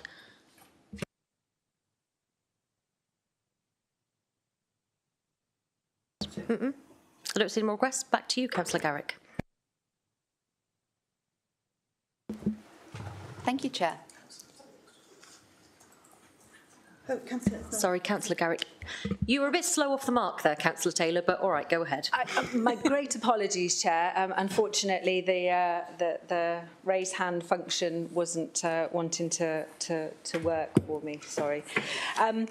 I have to say, I'm quite disappointed to hear the Cabinet members suggest that we haven't engaged in this budget process. I think certainly colleagues across the Chamber, in particular the Independent Group, we have contributed through scrutiny, we have contributed informally, we have contributed also by attending an open door, but we have been very clear. This is the administration's budget. We are here to listen, to understand, and we have spent, myself and my colleagues, untold hours trying to understand, work with officers to appreciate the detail of this budget, because there is a lot of detail. 1,033 pages is a lot of pages to read and understand, particularly when there is language contained in there which is not terribly clear, and there is much further clarification required. So, quite frankly, I beg to differ with the Cabinet members' description of our engagement in this process. I would say that what I've heard today mirrors what I see in the budget papers, and that is a great deal of inconsistency. We hear discussions here around how services are going to be protected. We're concerned about vulnerable people. But the cumulative impacts on people with significant vulnerabilities are severe. They are high risk. There is no getting away from the fact that this budget is a high-risk budget, but there are areas in this budget which are so high risk that I certainly cannot support it as is. I think that for Councillor Callard to recognise that the Labour group cannot do this on their own is really helpful, and perhaps if the Labour group had recognised that earlier, we might be in a different place. I note I was also very disappointed in the engagement process. As you say, we talk about cost. My goodness, the cost, the officer cost of those budget engagement sessions all across the county, where I would imagine I could probably count on one hand the number of people who attended. I certainly attended one of those, my local budget briefing. Although we've had apparently a tripling of the number of people who've contributed to the online consultation, I have to say that well, if they could even contribute to those questions, then that would be remarkable, because the consultation questions, in my view, were both leading and written almost like a cipher, which would not be out of place in an episode of Yes, Minister. Identifying the minority administration's reliance on a single budget meeting, we did that as opposition leaders back in November, but it really took quite some time for the penny to drop. It's also true to say that we have raised concerns through all of those mechanisms, through Cabinet, and I certainly have met with the leader and the deputy leader to explain broadly, as I was empowered to by the group, what our key concerns were. And those haven't changed. They haven't changed since these proposals went out to consultation at all. Furthermore, I think that when we've gone to the trouble of spending quite a lot of time, not only explaining what some of our key concerns are on this, asking questions, but also clarifying what some of the concerns are with the corporate plan, which has come to this council on 2 occasions and has fallen on 2 occasions. And allegedly, the read across is very clear between the corporate plan and this budget, but I don't see it, certainly. The independent group is not keen to support a budget where these budget cuts individually and cumulatively impact on our county's most vulnerable residents and those residents who are most reliant on public services. The budget does seem, I'm afraid, to demonstrate that the rhetoric around inequality is not really supported when it comes down to hard tax. The independent group will not support a budget that seeks to impose the deepest cuts to social care, where packages of care will be resized and social care staff will be lost and pose unacceptable risk to vulnerable adults.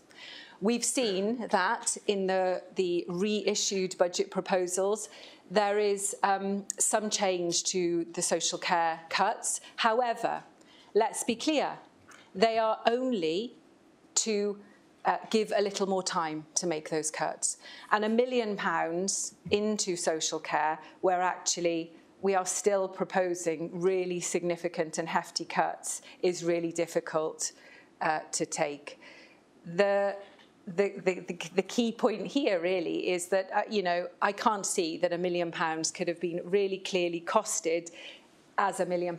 It's simply a figure where we're taking further £1 million from reserves to give us a little more time to move the deck chairs. And that, colleagues, is, I'm afraid, all it seems to be. We have heard for a long time about the changes required to social care. This is not the way to make them. We then hear from the Cabinet member that it's really vital that social workers are there to provide to support when it's required to vulnerable children or families or adults. However, this budget proposes that we will be losing key staff, such as social workers and other people across the social care piece who perform key roles.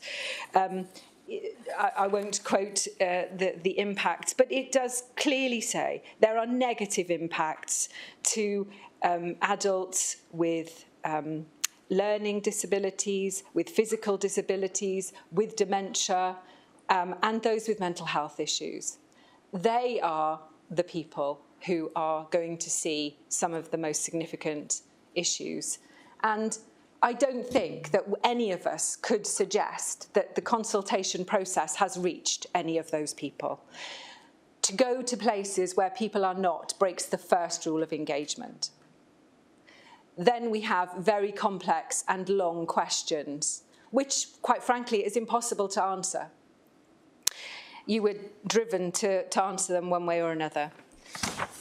I think, finally, I just want to come to the educational psychology piece. There are many pieces that we could talk about, too long to take up just 10 minutes. However, on the one hand, we hear around the issues that the pandemic has deepened and worsened. And on the other hand, we are proposing to lose capacity from the educational psychology team.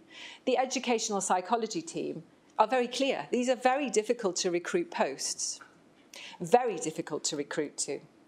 However, we are content to cut that element of the support system. We know that that will result in, and it's clearly identified in the impact assessment, in a limiting of support to those at the most acute end of need and those who do require statutory assessment.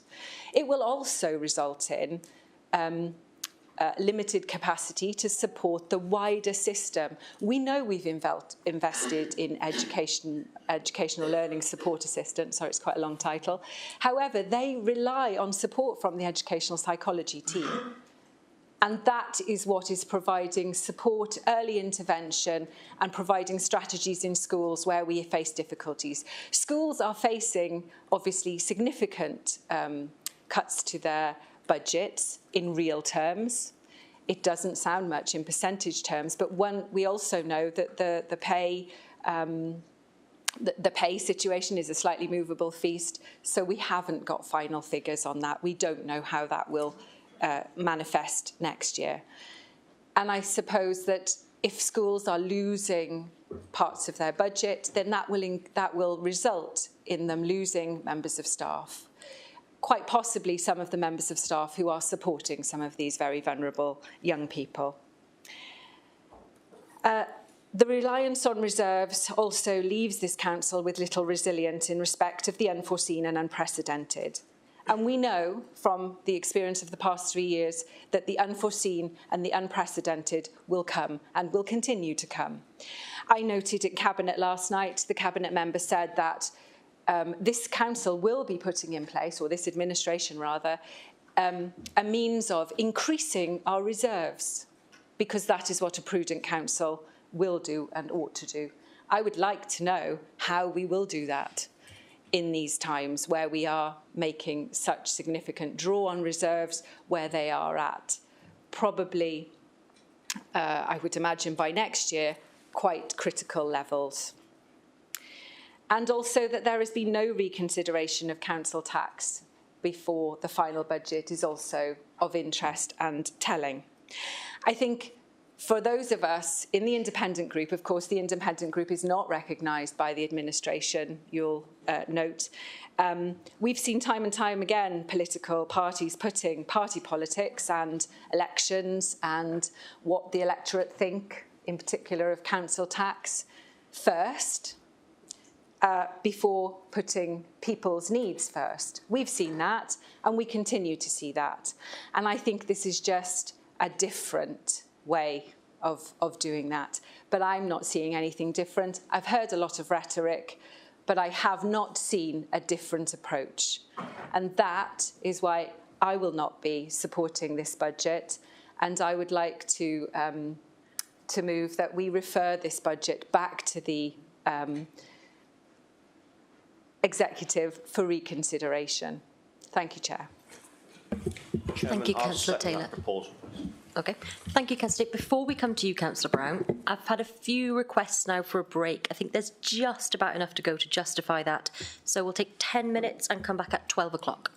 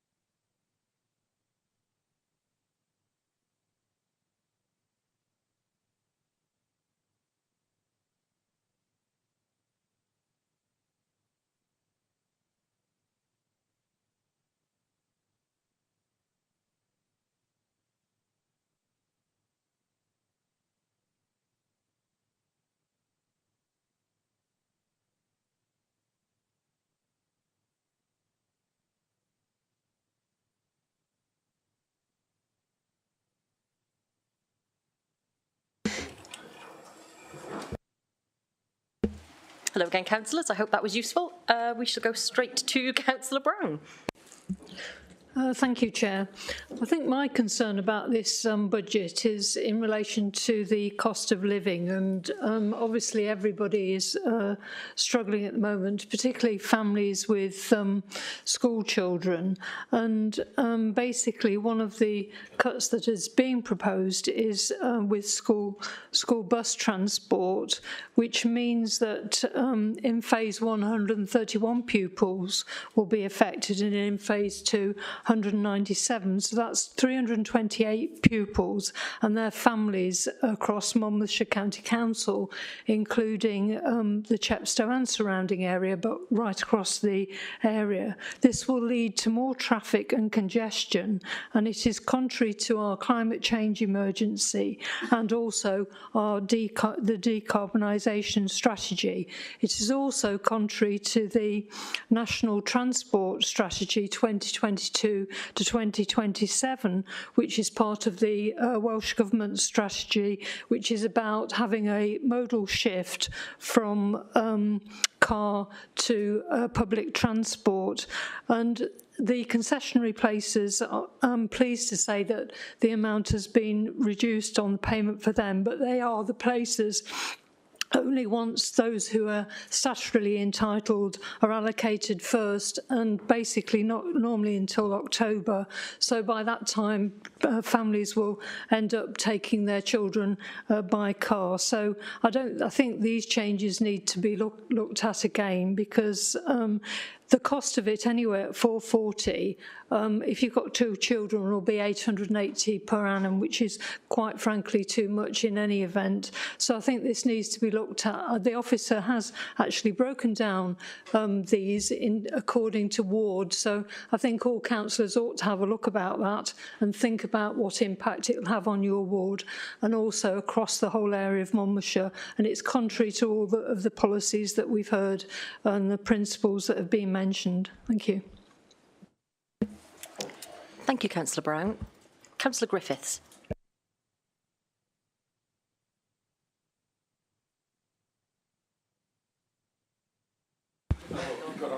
Yeah, I'd like to speak through this mic so I can actually address the council rather than address the officers.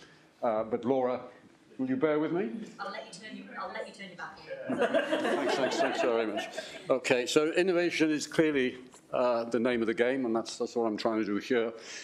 And as I listen to the contributions made by my colleagues on the Cabinet, Catherine Maybe, on the way in which we're mitigating the effects of climate change, listen to Sarah on the ways in which we are responding to a homelessness crisis, listen to Martin on the ways in which we are focusing our attention on the poorest children in our schools who've been traditionally the least achieving but will no longer be so.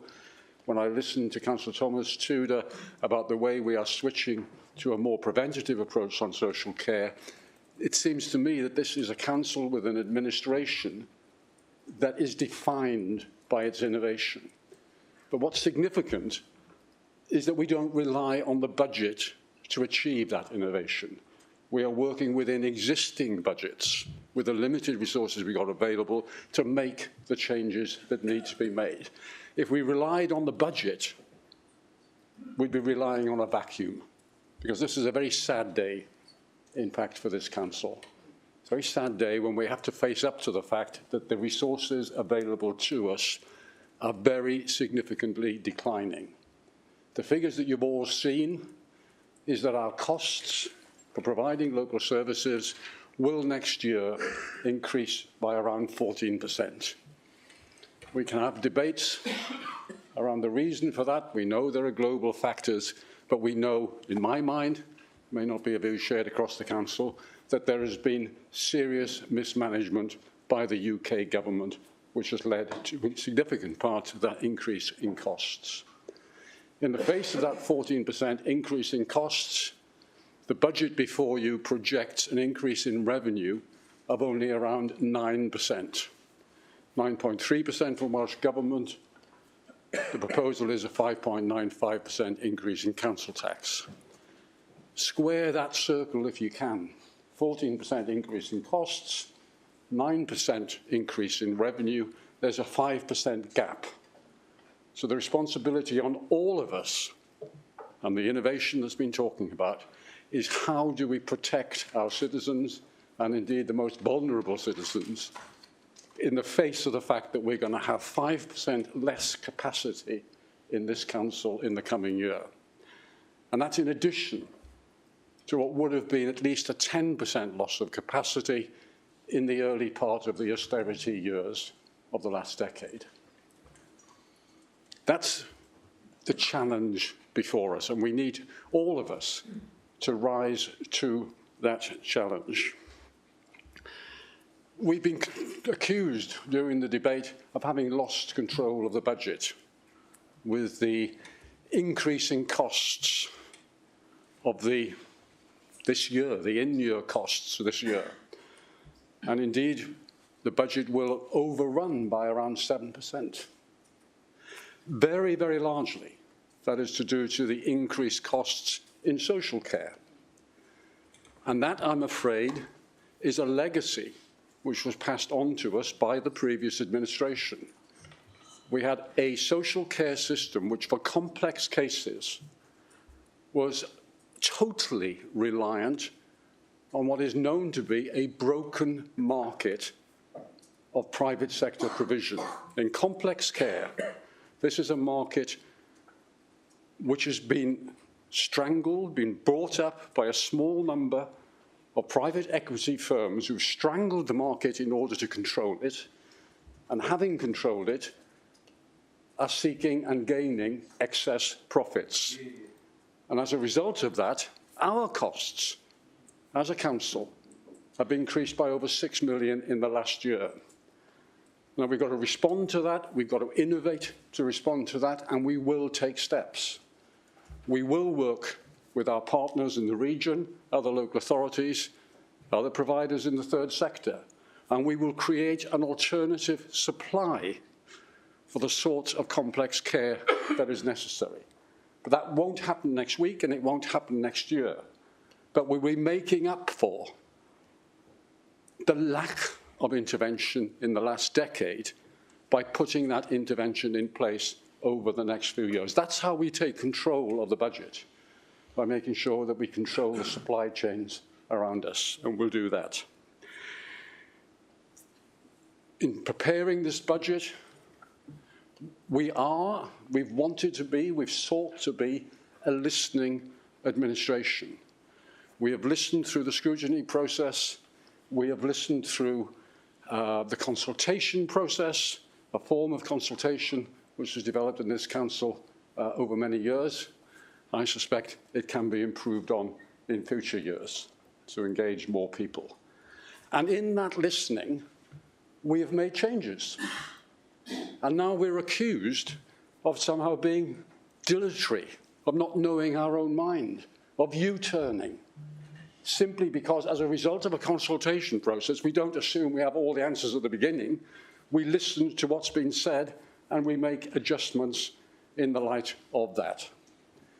So there's been one of the areas of my responsibility was the fact that we make charges for licenses for street cafes, and we dropped those. It interests me to reflect on the policy process. That policy process started actually when we thought we were going to have to make 10% cuts in the budget rather than the 5% we've probably got now.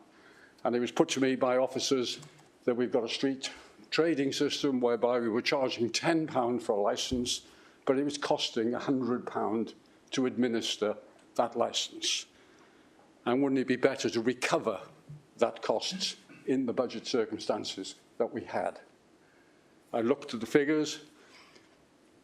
My reaction was in the following vein. It was saying that where we've got a national chain, and maybe a national chain that is not used to paying much taxes at all, then when that national chain is occupying a large part of the pavement with its tables and chairs, and it may well be obstructing that pavement if it's not being regulated properly, then we should at least be recovering the costs of providing that licence.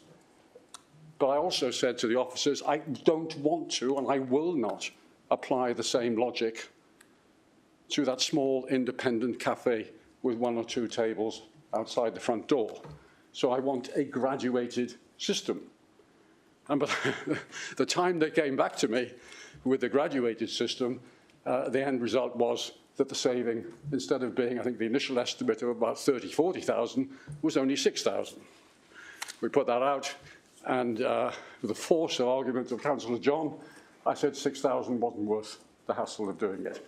But can you see the policy process? It's not as simple as you make out. There was a case for increasing the licensing, the cost of the licensing, particularly for the larger national multiple organisations, but I don't think we could sensibly distinguish, so we've dropped it. And that's me learning, if you like, getting it wrong in the first instance, but listening and responding to that, and I make no apology for doing so.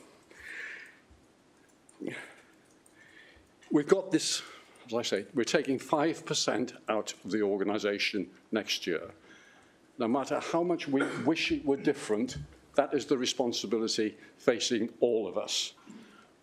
What this council has before it is the best effort of the Cabinet, having listened to the consultation about how to manage that gap, having the least impact on the citizens that we all want to serve. Even at this late stage, if there are ideas of how we can better do it, then we are listening. We are listening to this debate. I listened with interest to Councillor Neil and the ideas he comes up with. Could we make more use of the voluntary sector? Could we make more use of volunteers with community asset transfer, with litter collection, whatever? Both ventures that have been part of my life for several decades. Like many people here, I have negotiated community asset transfers. I know where they succeed and I know where they fail. They succeed when they harness the energy of volunteers. They fail when the principal local authority tries to transfer serious liabilities onto volunteers who are not able to cope with that liability. We've done that in certain cases in Monmouthshire, and I've seen it happen elsewhere. We can take that forward, but we need to do so carefully and over time. It's not going to be achieved in the next week of a budget negotiation. But let's work on it and continue to work on it. Similarly with the use of volunteers on litter collection. A very black picture was painted of Monmouthshire. In Chepstow, where I live, we're a tourist town. We don't do everything perfectly by any means, and I get lots of complaints as a ward councillor. But I think we actually manage the litter of a tourist town actually remarkably well. I'm looking at Councillor Pavia, who's got more experience of this than I have. But actually, when on a summer's week, when we've had those tens of thousands of visitors over the weekend, a number of whom are not as we would want them to be with their litter, and they leave it around the streets, around the riverside, it is remarkably how quickly the county staff... Councillor Griffiths. The town council staff... Can I have to ask you to wrap it up? OK. We do it well, and we could do it better, but we won't do it by volunteers alone. And we need to actually work through that again. How can we harness the energy, but not transfer the responsibility? So those are excellent ideas. Let's work at them, but they won't answer the budget problem. And that's the challenge I want to leave you with. All the indications I got around me is that this will get voted down today. I haven't found the ideas, as much as I've listened, of how we will prepare an alternative which will get a majority next week. So for heaven's sake, let's face up to our responsibilities, keep the dialogue going, and get this budget passed. Thank you. Thank you, Councillor Griffiths. Councillor Fuchs. Thank you, Chair. And just to pick up really where Councillor Griffiths left off, we do have incredible volunteers, community groups, and residents in Monmouthshire. And I think what we find here, which is very different, I think, to other places I've lived, is that people here are helping each other through the cost of living crisis. And us as a council are helping them. In Monmouth alone, in my ward, the town ward, there is a church, there is a hub, there are several community centres, and every single day of the working week, you can go to one of those places for a hot drink, a simple meal in some of them, and a warm hub, as it's called. And that's thanks to Welsh Government funding and our cost of living funding as a council. And in fact, I believe that our residents here are among the most fair-minded that I've ever met. And so they do all know why we are in this dreadful situation, because they are fair-minded. They know that it's because inflation is running at 10% and interest rates are soaring. They know it's the mismanagement of the economy by the Tories in Westminster and 18 years of Conservative control of this council that we are now having to recover from. And I think that 13 years of austerity from Westminster and 18 years of Tory leadership at MCC have pushed our families and our towns to the edge. So, Councillor Neil, you had your 18 years to put in place your innovation, your website that you want for travel, I believe. You had 18 years to do that. We've seen 18 years of increasing inequality, as seen in the huge rise of numbers going to food banks. We've had 18 years of reducing reserves and 18 years of crippling our high streets and our homes. And now we are here to clean up this mess, but we need to do it together. We've worked hard and we've put forward a balanced and sensible budget with a below-inflation increase in council tax. The opposition have said, why are we making savings in social care? Well, let me tell you why. I've already mentioned it. It's because Liz Truss and her mini-budget crashed the economy, and now we're all paying the price. That mismanagement nationally and these bungled investments locally have put us in this situation. But I also want to stress that in my cabinet role for equalities, that we have tried to mitigate and protect the most vulnerable with this budget. For example, we listened. I mean, some councillors here today seem to think that we were going to just do the consultation process and ignore everything that was said. No, we listened. We put £1 million back into social care. With the means testing and cap on fees, this will limit the impact on lower income households for older people. There's been a 19% increase in funding on children's care. So we have been faced, I think, with much harder decisions than many councils in Wales due to our low reserves. And we have been able to mitigate some of those difficult choices by increasing council tax, and it's still a below inflation increase. But we have had to increase council tax, and I would really challenge Councillor Taylor to bring forward some costed proposals, because you are concerned about the £1 million social care saving. So where do you propose that we get that from? Where are the costed proposals from our opposition of both parties to say, right, well, if you're not happy with the proposals we're putting forward, where are you going to take the money from and where are you going to make the change? Because nobody's brought that forward today, and I think we could really do with that. I'd also like to address Councillor Howarth's point about the roads. My esteemed colleague, Councillor Maybe, inherited this problem from the previous administration. She was told as soon as she started there was an £80 million shortfall or need for highways works. So that's what we inherited. You know, we haven't been out there making the potholes. Finally, I would also like to before I finish, I would like to say to Councillor John, that perpetuating this myth about Bridges Community Centre is very damaging and dangerous. Councillor Maybe is a trustee. They are in discussions now about renewing their lease. It's being renegotiated. It runs out in 2025. So I think it's not helpful to repeat things you've read in the newspapers and misrepresent them, which gives a real worry and results in phone calls to ward members saying, what's happening to my community centre? Nothing is happening to Bridges Community Centre. So just to finalise, I would urge all councillors, for the sake of our fair-minded residents, I would urge all councillors across the chamber to support this budget. Thank you. Thank you, Councillor Fuchs. Councillor Brocklesby. Thank you, Chair. Listening to Councillor Neil, it was as if the opposition was expecting an all-singing, all-dancing budget which has somehow deal with every problem that was visited on every council across the UK.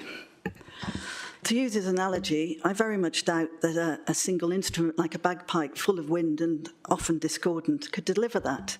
But I do agree that we need a steady rhythm going forward, but a tune that is light and fast and sweet, full of hope and optimism, as Councillor Neil put it. And I believe that's what the budget is. And I swear you've been into my office, because ever since I moved in, I have on my desk as my watchword an African proverb: hope and optimism in spite of the circumstances. And that's what I feel we need in Monmouthshire and that we need in Wales, and we are given in Wales by a Welsh Labour government.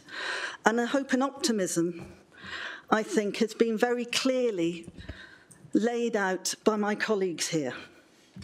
It's based on what I believe are three things. Firstly, our people. And when I talk about our people, I mean the many, many people who are involved in the endeavour of making Monmouthshire the special place to live, which everybody in this room believes is the case. They are our staff, who, quite rightly, everyone who's spoken has thanked for the work that they put in. They are also everybody who gives public service, either voluntary or through some form of remuneration, because they recognise that that public service makes a difference in the quality of life and well-being of the people of this county. And that includes everybody in this room. It includes our community councillors. It includes our town clerks.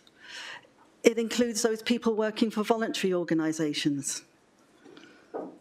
The rest, and the most important part, and the reason why we're here, is the citizens of Monmouthshire themselves.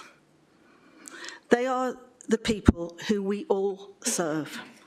And they have shown us time to time again that in times of trouble, you work together, you pull together, you work with your neighbours.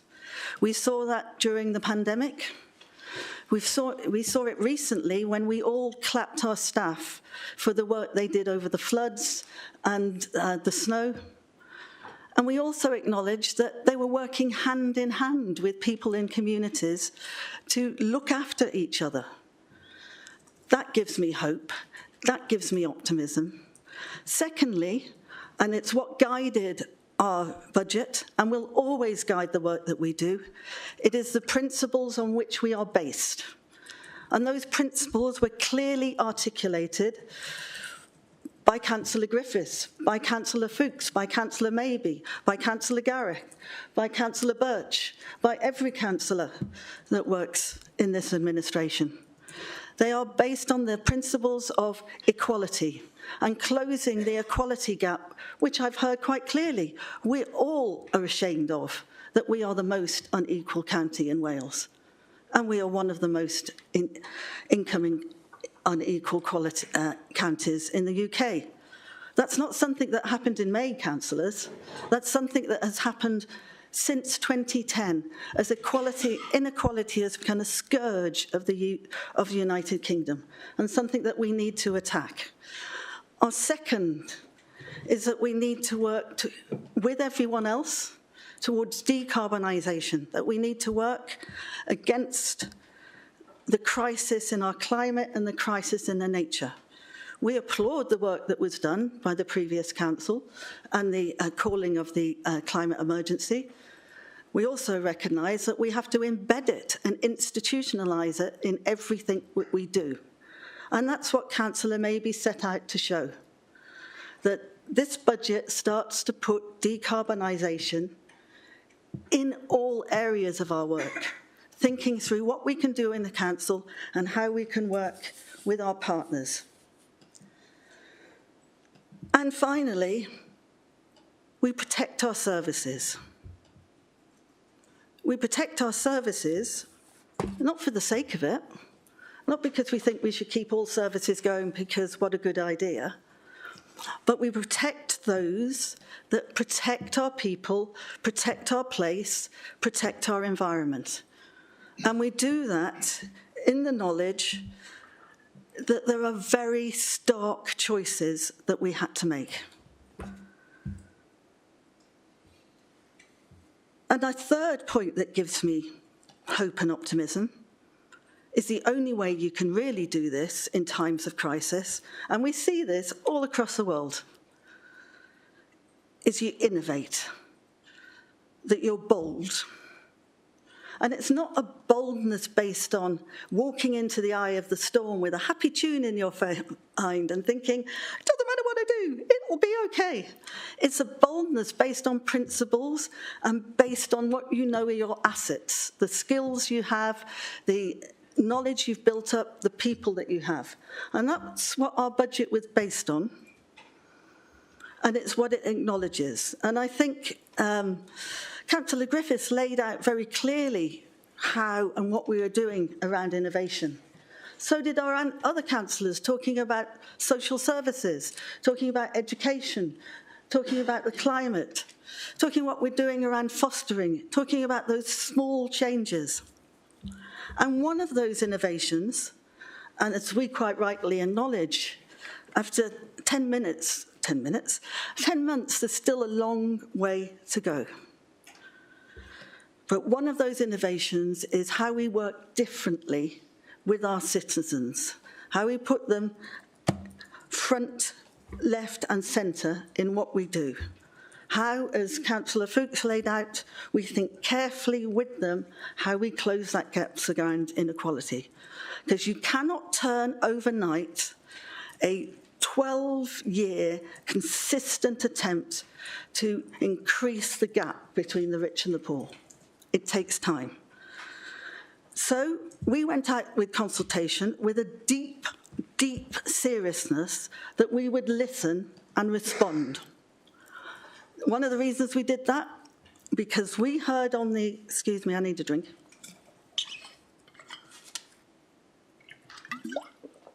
I can see you're waiting with bated breath. Because we heard when we were campaigning that citizens of Monmouthshire did not feel they were being listened to.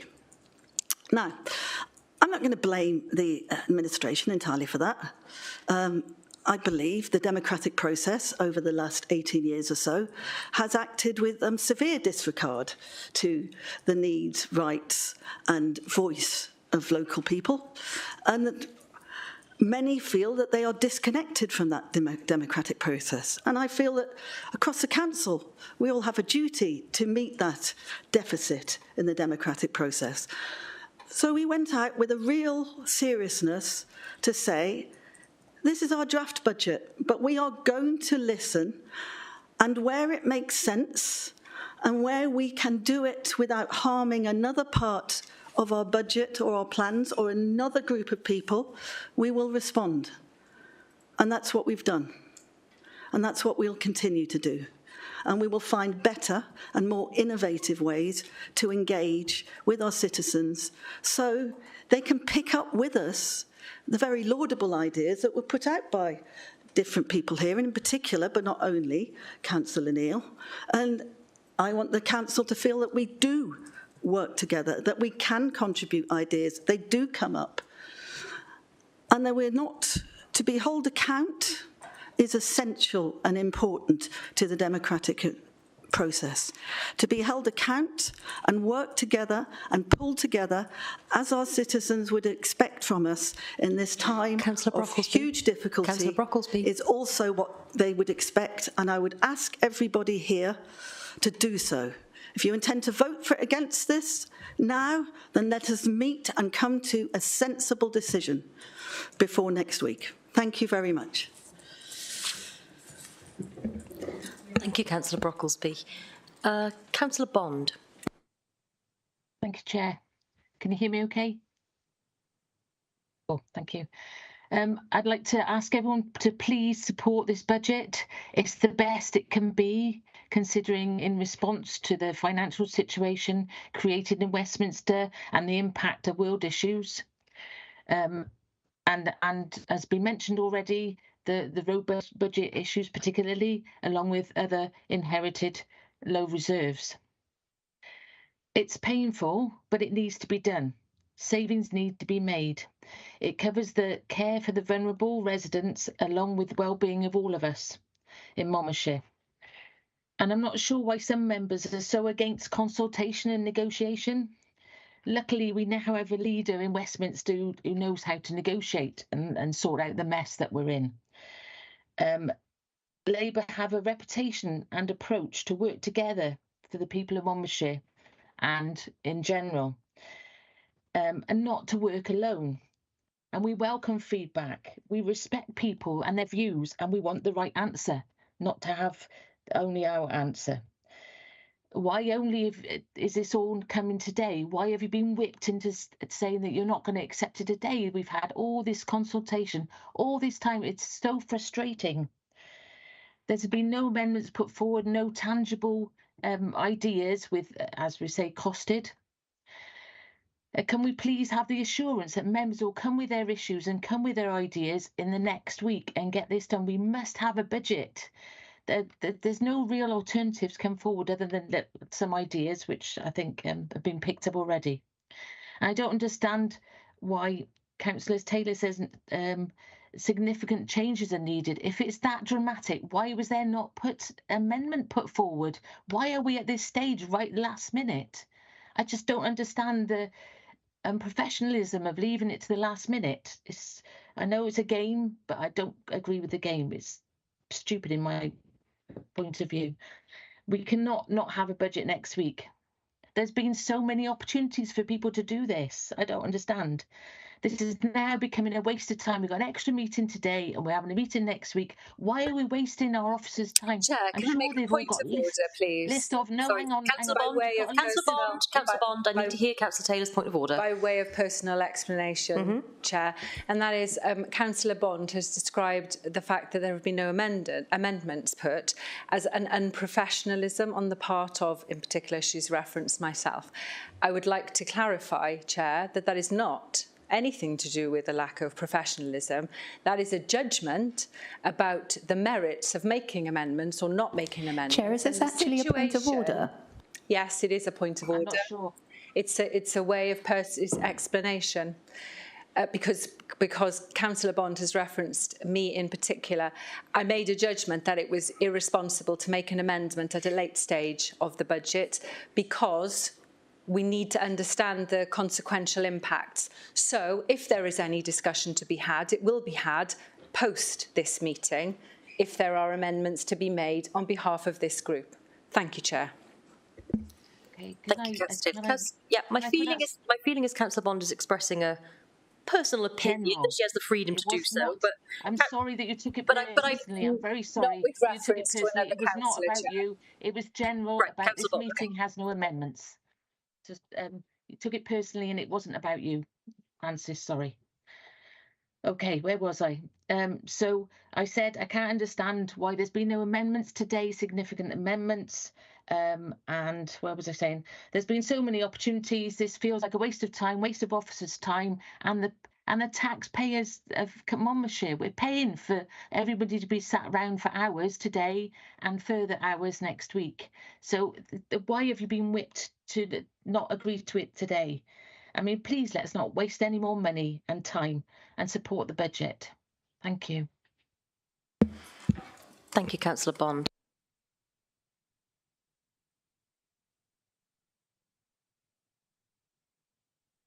Right, back to you then, Councillor Garrick.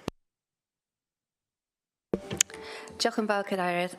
I'll try and address people's questions, Chair, and fit it in. However, I'd like to first thank the leader and Councillor Easton. It's been a long, long time since the word sweet has ever been thrown in my direction. Councillor Watts, in terms of the collection rates for council tax, our collection rate in this council is 99%, and it is very high against our compatriot councils. Council, I've heard a lot of complaint today that we have had the audacity to consult and make changes. And I would refer you back to some of the comments that I offered earlier on certain quarters' refusal.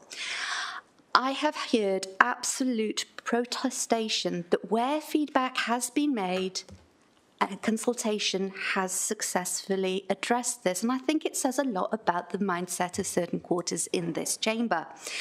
The notion that we were not clear on the savings we proposed is ridiculous, histrionic. I was clear that we have been able to make changes as granularity has been achieved in our financial position as we approach next financial year.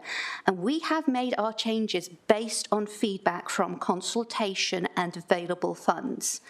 I understand addressing consultation may be an alien concept to our colleagues who struggled with the concept when they were in administration.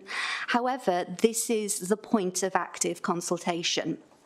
I would therefore suggest that what we are hearing is an articulation of the disappointment from our colleagues across the floor of this chamber that we actually have made a response when they wish very much to prolong the process of this budget. And I note from some of the rhetoric today that it indicates that there were no intention from other quarters to ever engage in this meeting, especially coming with notions that have not previously been raised and suggesting that we take 7 days to discuss it. I would remind councillors that they have had the opportunity since December to address concerns, and they have not. I do not think that when they came to this meeting that it was in good faith in order to pass a budget. All I am hearing, and sorry, Alistair, Councillor McNeill, this was put into my mind by you, is hot air. And always, as always, a painful lack of ideas and surprise, amazing surprise, that £26 million of cost pressures could potentially result in a hard-hitting budget which delivers extensive cost savings. We were asked about broadband. We have previously had commercial funding arrangements for broadband through the company Broadway to start up on wireless mast infrastructure, which has now been superseded by the fundraising to deliver full fibre throughout the county alongside BT and Oggy. I was also listening to the approach to volunteering, which, to return the favour, is very much money for nothing. And moreover, I see no costing and no prospect of addressing significant savings with the suggestion. The proposition of voluntary schemes takes time to implement in a policy which can be pursued, but they're not a solid proposal. And honestly, I thought we'd time walk back to 2010 then for a moment, and we were talking about David Cameron's Big Society volunteer system. Unfortunately, the most prominent volunteer system that came out of that government was the extensive food bank network throughout this country that's become an obligatory feature of Cameron's and successive governments. We are certainly not in the business of removing services and hoping that our community will take over our responsibilities so we can strike our commitments off our budget sheet. I also wonder how many volunteers actually exist in order to take over local government services. Moreover, when it comes to community assets, let's look at where we are. The previous administration bought commercial buildings in Castlegate and Spitty Park. Spitty Park are not even in our county. And they left us with these properties which are failing to make their predicted returns. It's absolutely clear that our asset strategy has to work for our council and our community, and we need to ensure that our asset strategy is built to ensure that our assets work for our community, and that needs consideration in terms of the best way forward in managing our assets. Moving on, I was so disappointed to hear Councillor John's swinging misunderstanding of our council budget, and I do need to clarify. There was never any intention to divest bridges. That was clarified earlier by Councillor Brocklesby. And if Councillor John had taken a moment to discuss with me at any point during this process, I could have clarified that. Unfortunately, he's chosen to not do so. The assets of Spitty Park and Castle Park, as I mentioned earlier, are not hitting targets. Spitty Park itself has seen several business closures, and we are painfully aware of the instability presented by Cineworld's administration in the US.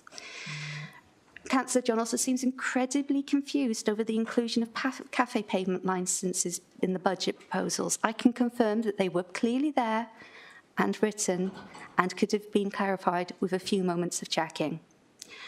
And then we get to the alternative reality that he's living in, that his budget that he gave the council failed in the face of, where his budget that he gave to this council for 2022 failed in the face of economic hardship.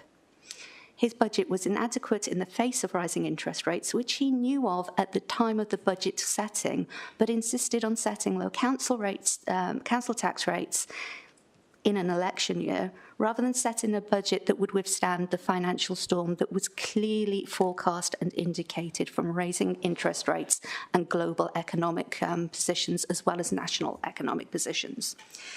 In terms of his comments on neighbouring councils' tax, I would remind him of his answer that he had from Cabinet from me last night and is clearly aware of. We sit in terms of council reserves at the bottom quartile. We were, when we entered this process, holding the third smallest reserves in Wales. When you look at the 4 lowest councils in Wales, you will find Torfaen and Merthyr, who are not comparable to our councils in the fact that we are a highly rural council. And you will then find Anglesey and Conwy. Anglesey is proposing, as a similar rural county, a 5% increase in council tax. Conwy has yet to set it, but is looking at a minimum of 7%. We are therefore not varying from our neighbouring councils financially in terms of ruralities. In terms of school transport, I would like to remind Council that this budget provides additional funding for home-to-school transport, and the application of the 3-mile school transport boundary is not a surprise in the fact that it brings us into line with other councils. I'd like to now turn to the contribution from other councillors in this chamber from the independence area, and I will acknowledge that and thank that they attended an initial open door. But as soon as it was mentioned that feedback may be used from future open doors, those doors closed, not by me. And indeed, subsequent to that, I was informed that the leader of the independents would no longer speak to me and would only speak to our leader. It's very difficult to actually go on feedback when people are doing the bare minimum and just attending scrutiny committees. I would also point out that the issue of, I've let Councillor Fuchs address the issue of potholes, but I want to take up the issue of the £1 million of additional funding that we are putting forward to address social care and the concerns on risk. Certainly, I understand Councillor Taylor's concerns, and the initial gut feel from all of us was that we should address lines SCH10 on adult social care hours and staffing, and also the line on staffing reductions.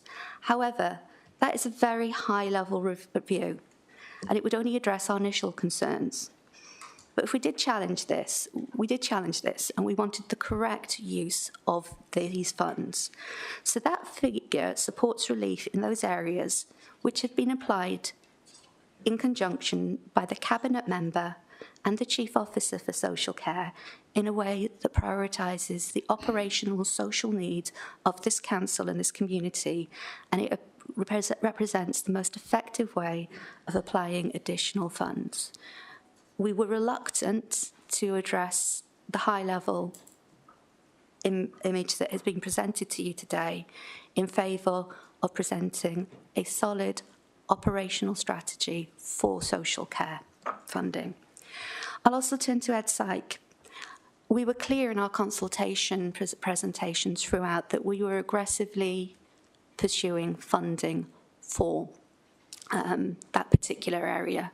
We have confirmation of the figure from Welsh Government, and we will be, as we said throughout this, utilising those funds to address the cuts in Ed Syke service, so they are no longer going to be part of our future. I think I've addressed the main concerns on this particular item. I would therefore ask the Chamber to think about where we are and how we go forward, and to take the time to actually vote this budget through so we can give relief to both the people that elected us to sit in this chamber for every single ward throughout this county, and the good people that are sat here before you today who would very much savour the chance to be able to return to the important business of delivering those services and this budget to our county. Thank you.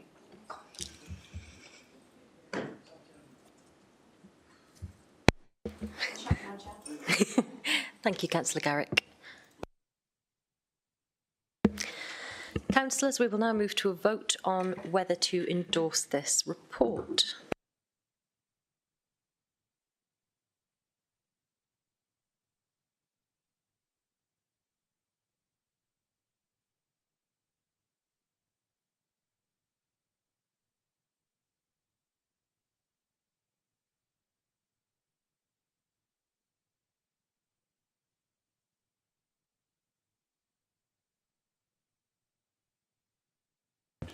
So, Chair, I haven't got the voting button yet. I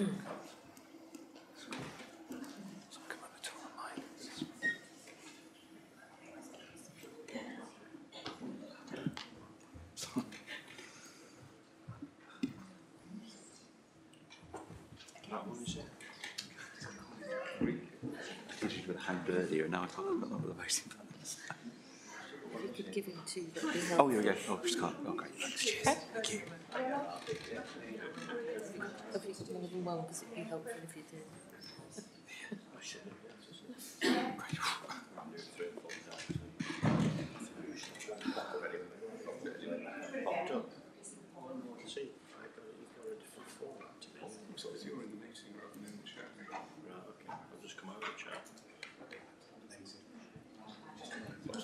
I'm in the meeting, not the chair.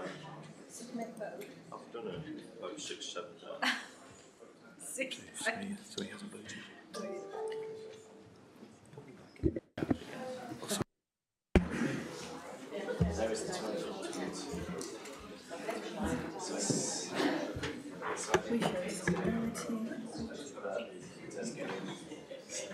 There you go.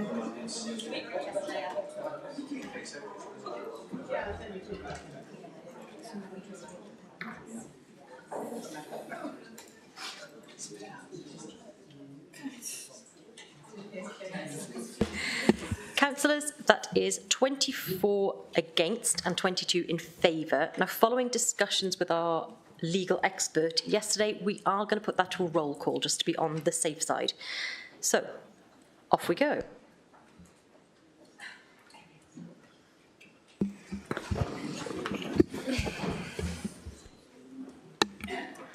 Okay, Councillor Jill Bond. For. Councillor Mary Ann Brocklesby. For. Councillor Bromfield. Against. Councillor Brown. Against. Councillor Bryn. Councillor Buckler. Against. Councillor Birch. For. Councillor Butler. Against. Councillor Callard. For. Councillor Chandler. Against. Councillor Crook. For. Councillor Davis. Against. Councillor Dimmock. Against. Councillor Eason. For. Councillor Edwards. Against. Councillor Fuchs. For. Councillor Garrett. For. Councillor Garrick. For. Councillor Griffiths. For. Councillor Grocott. For. Councillor Howarth. Against. Councillor Howells. Against. Councillor John. Against. Councillor David Jones. Against. Councillor Penny Jones. Against. Councillor Keir. Against. Councillor Lane. Against. Councillor Lucas.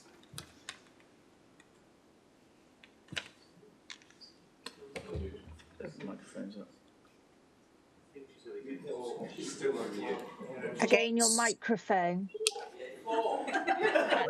We can see. Yeah, Is you happy with that? we've got a thumbs down, so that's an against. Tell her she's not in room now. Councillor Maybe. For. Right, sorry, just making sure I'm in the right column. Councillor McConnell. For.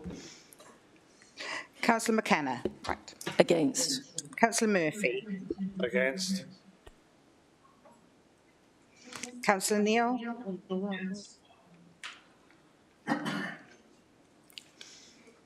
Councillor Pavia. Against. Councillor Powell. Against. Councillor Riley. Councillor Rook. For. Councillor Sandals. For. Councillor Stevens. For. Councillor Strong. Jackie Strong. For. Councillor Peter Strong. For. Councillor Taylor. Against. Councillor Thomas. For. Councillor Watts. Oh, it's for, Chair. Definitely for. Councillor Webb. Against. Councillor Wright. For.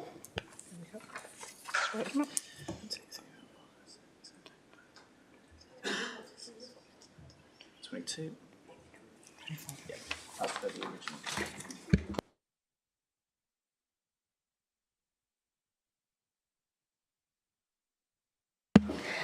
Councillors, that is in line with the original vote, and so the report falls. Just want to pass over to Paul Matthews for a few words about what happens now. Yeah, very quickly, councillors. I think most of you will appreciate we haven't been in this position before. So what the events of today mean is that clearly the budget as put forward today has been defeated. That budget is now referred back to the Cabinet, and the leader has 5 working days to develop an alternative proposal that I can then put back to you as a council. You all know that we've already set a meeting to consider that. That's in your diaries, and that's a summation now where we stand. So the challenge, I guess, reverts back to the Cabinet, and I'm sure there'll be some conversations over the course of the coming hours in the next few days, hopefully to get us to a position where we can reverse a decision come the 9th. That's it for today, Chair. Back to you. Thank you, councillors. That concludes our business for today, and I will see you on Thursday the 9th.